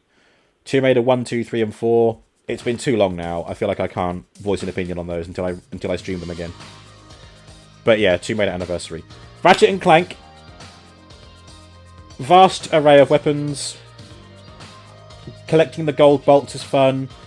Finding the accessories on the way to increase your gameplay is really good. The skill point thing is really fun. I like the voice acting. Captain Quark is great. Captain Quark is great. Chairman Trek is a good villain. Yeah, just wow, what a game. And I haven't even finished it yet. I have played it many times before, but I haven't finished it on stream. Maybe I'll get to finish it this Friday. I don't know. We'll see. It'd be nice. It'd be nice to bookend the year of Flashback Friday with the ending of this. So yeah, Ratchet and Clank S tier. Spider-Man. Yep, you've seen it. Spider-Man next. Now, it does make S tier, even though it has what's-her-face in it. But We all know why this is S tier. We were talking about it earlier today. It can't not be an S tier. It absolutely belongs up there. It belonged up there not 2 minutes after starting the game for me. Alright. We've got 7 games left. We're nearly there, everyone. Just over 3 hours. Not bad. Sonic 3D Blast. It is a Sonic game that I can 100%. I do kind of prefer it if it was the Saturn version, because that has the better soundtrack in my opinion. But I couldn't get that one to run, so we went with this version, 3D Blast. It's a bit confusing with Sonic 3D. So I've got oh, it's over there. So there's Sonic 3D Flicky's Island. There's Sonic 3D, and there's Sonic 3D Blast. And I struggle to know which one's which. I just know that there's one that has a higher quality, great soundtrack, and one of them is like Mega Drive kind of chiptune soundtrack. But I can 100% it. It's actually more 2.5D or isometric than 3D. It doesn't make S tier though, because of the confusion about it. I think A tier.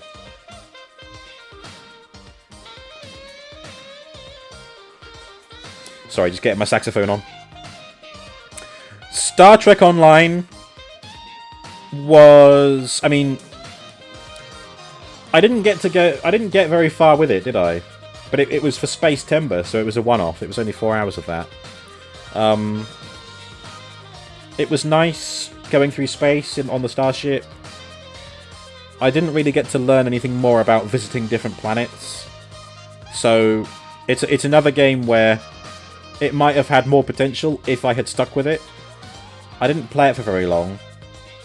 I did kind of enjoy what it had, but with it being an online game, and there's that risk of, like, you know, being griefed or, you know, being picked on by, you know, public players, I think that docks a few points on it, even though I love Star Trek. So I think that'll be a B. Yeah. Star Wars Droid Works. This was a bit tricky to get running, if you all remember. Like, my system was running it too fast, and that actually broke the game at some point. It would run, but I wouldn't be able to progress through a level. So, it doesn't make S tier, at least. I remember it terrifying me as a child, because there's a bit where, kind of like in Amnesia, The Dark Descent, there is a moment where you're getting pursued by an enemy and you can't fight them. And I think that was my first taste of stealth in a game, and I didn't like it when the stealth didn't work and I was being chased. Like, I wasn't ready for that kind of thrill. You know, because again, I played Star Wars Droid Works in the 90s when it was made. So a long time ago. When I was a young boy. But it has got that nostalgic factor for me. I like that you can make a droid. You can give it little arms. You can have this great big table droid with a little head and an arm on it. But I think C. Because it took a little while to fix. No, scratch that. No, it's a B. That's a B tier game for me. Star Wars Droid Works. Yeah. It kind of tries to be educational as well, but more in the sense of, you know, weights and counterbalances and stuff. It's very, very simplified stuff. You know, I think for Estia tried a little bit harder with that, but again, you have to go and find the educational side there. This kind of had it as part of the game. Lego Star Wars episode... Not Lego Star Wars. Regular Star Wars Episode 1 Racer. I mean, what ranking do we give it, given that it gave us this beautiful little ditty?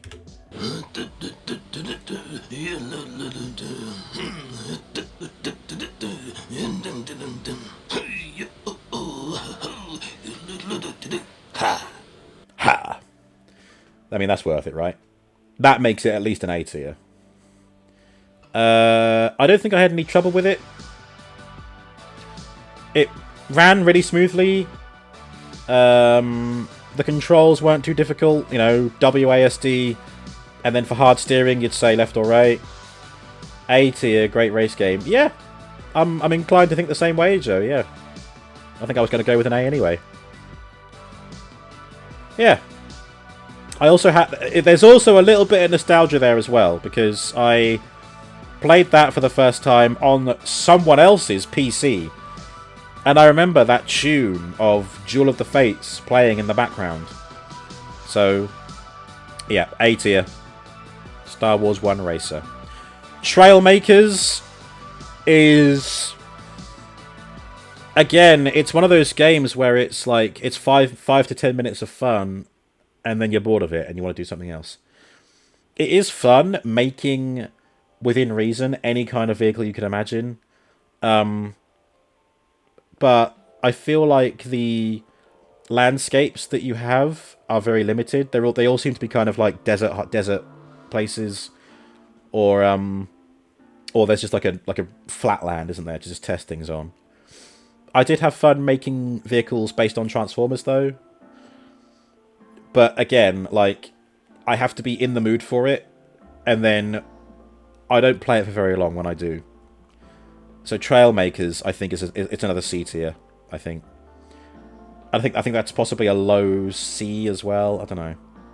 Then again, I haven't tried it with multiplayer, so maybe there's some potential there.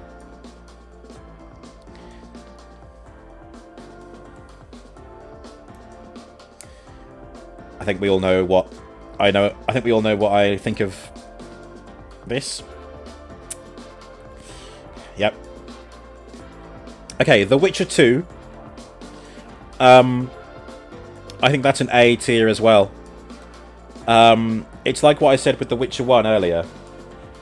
It's got everything that The Witcher 1 does. It does change a few little things. It's visually better. Eating a meal, a succulent Chinese meal. There's a clear diversion in the narrative that you can go down. You know, it's literally like option A, option B. No, it's alright, Pagan. It's fine. It's what the sound alerts are there for. The story's nice. It's nice and complicated and deep, and you know, it's like there's more to it than just a framing of Geralt as the murderer. The soundtrack is fun. I like the in the Dwarven City. I like the soundtrack there. The monsters are fun to fight, and they seem varied as well. There's some good boss fights. And I like that the very final boss fight is optional. If you choose the right dialogue options, you don't have to fight them. Which I thought was really nice. I thought that was a nice touch. It's like, no, you don't have to have a big battle at the end. You can just say, you know what, go. And then that's it. And with that, we have now finished my 2022 tier list. RoboPrimeGames 2022. And this one, Poo Poo Pee Pee. Download image. There we go. So, that's it. GG. Thank you, Joe. I will share those images in the Discord. You missed, what was the F? The game that shall not be named.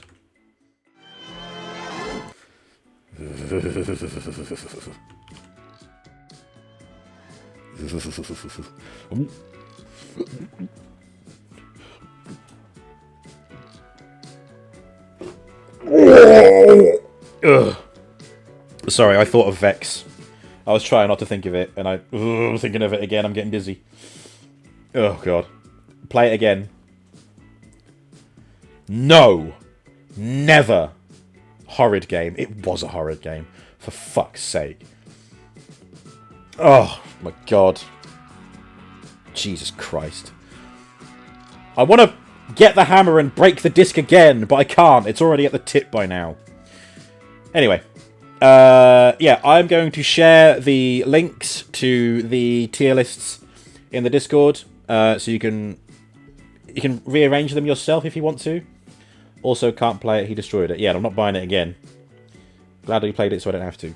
I mean, there is the option of emulating it, and then I could use, like, save states to help me along, but no. What would you do if one day we meet and I will gift you another copy of Vex? Kinia, I would be very grateful for the gift, but I would chuck it in the bin. And I would, like, buy you a drink or something as apology. I would buy you a drink to not gift it to me. I would buy you an entire round to not gift it to me. Oh my god, it was awful. Please, if you are interested, remove that interest from your brain. Vex is not a good game. Which is rich coming from me, because I am a strong believer in there is no such thing as a bad XYZ. Like, it just means you don't like it, or it means someone else can enjoy it. But I firmly believe that Vex is a terrible game. Yeah. Yeah, okay, so that's it. So why don't you and I go on a little magical mystery tour and see who we can raid today. Let's kill the music. Let's see who we can raid out to. Who's live right now?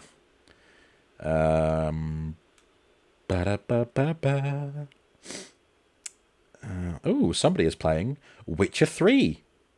Zarok _ I forget who this is, but they're playing on maximum difficulty, which is interesting. Permadeath, max difficulty, hardcore. Oh my god. But we like The Witcher 3. I think we can go and see this. I mean, spoilers if you have not played The Witcher 3 before and would like to, I guess. Okay, I vaguely recognise the guy. Anyway. It's a bad game, truly. I watched Robo stream. I've never seen him raid so yeah, there you go. That's enough to tell you that it's bad. Okay, yeah, we're going to raid Zarok. Doesn't look like he's ending, so I think we're good. Thank you, Bobo, for the stream. Great stream. Oh, you're too kind. Stop it. Stop it. Stop. My swear jar was full. Oh my god, it always is. It always is. I swear like a sailor. Here are your... Where's a wet one? Here are your raid messages. Please copy and paste these into Zarok's stream. Again, they are playing The Witcher 3. I'm assuming it's with the post update. It looks like it. Geralt's looking ravishing as always. I will be live again tomorrow with Ratchet and Clank. So be sure to tune in for a bit of Flashback Friday. Maybe we'll finish it. And if I end up finishing it early, then... well, I'll start on the next game. A bit of Halo. Otherwise, that'll be it. And then more Skyrim on Saturday. So, a busy week ahead. But I'm looking forward to a day off on Sunday, New Year's Day, to chill out. And I hope you guys are too. But for now, enjoy Witcher 3. See you in there. Goodbye.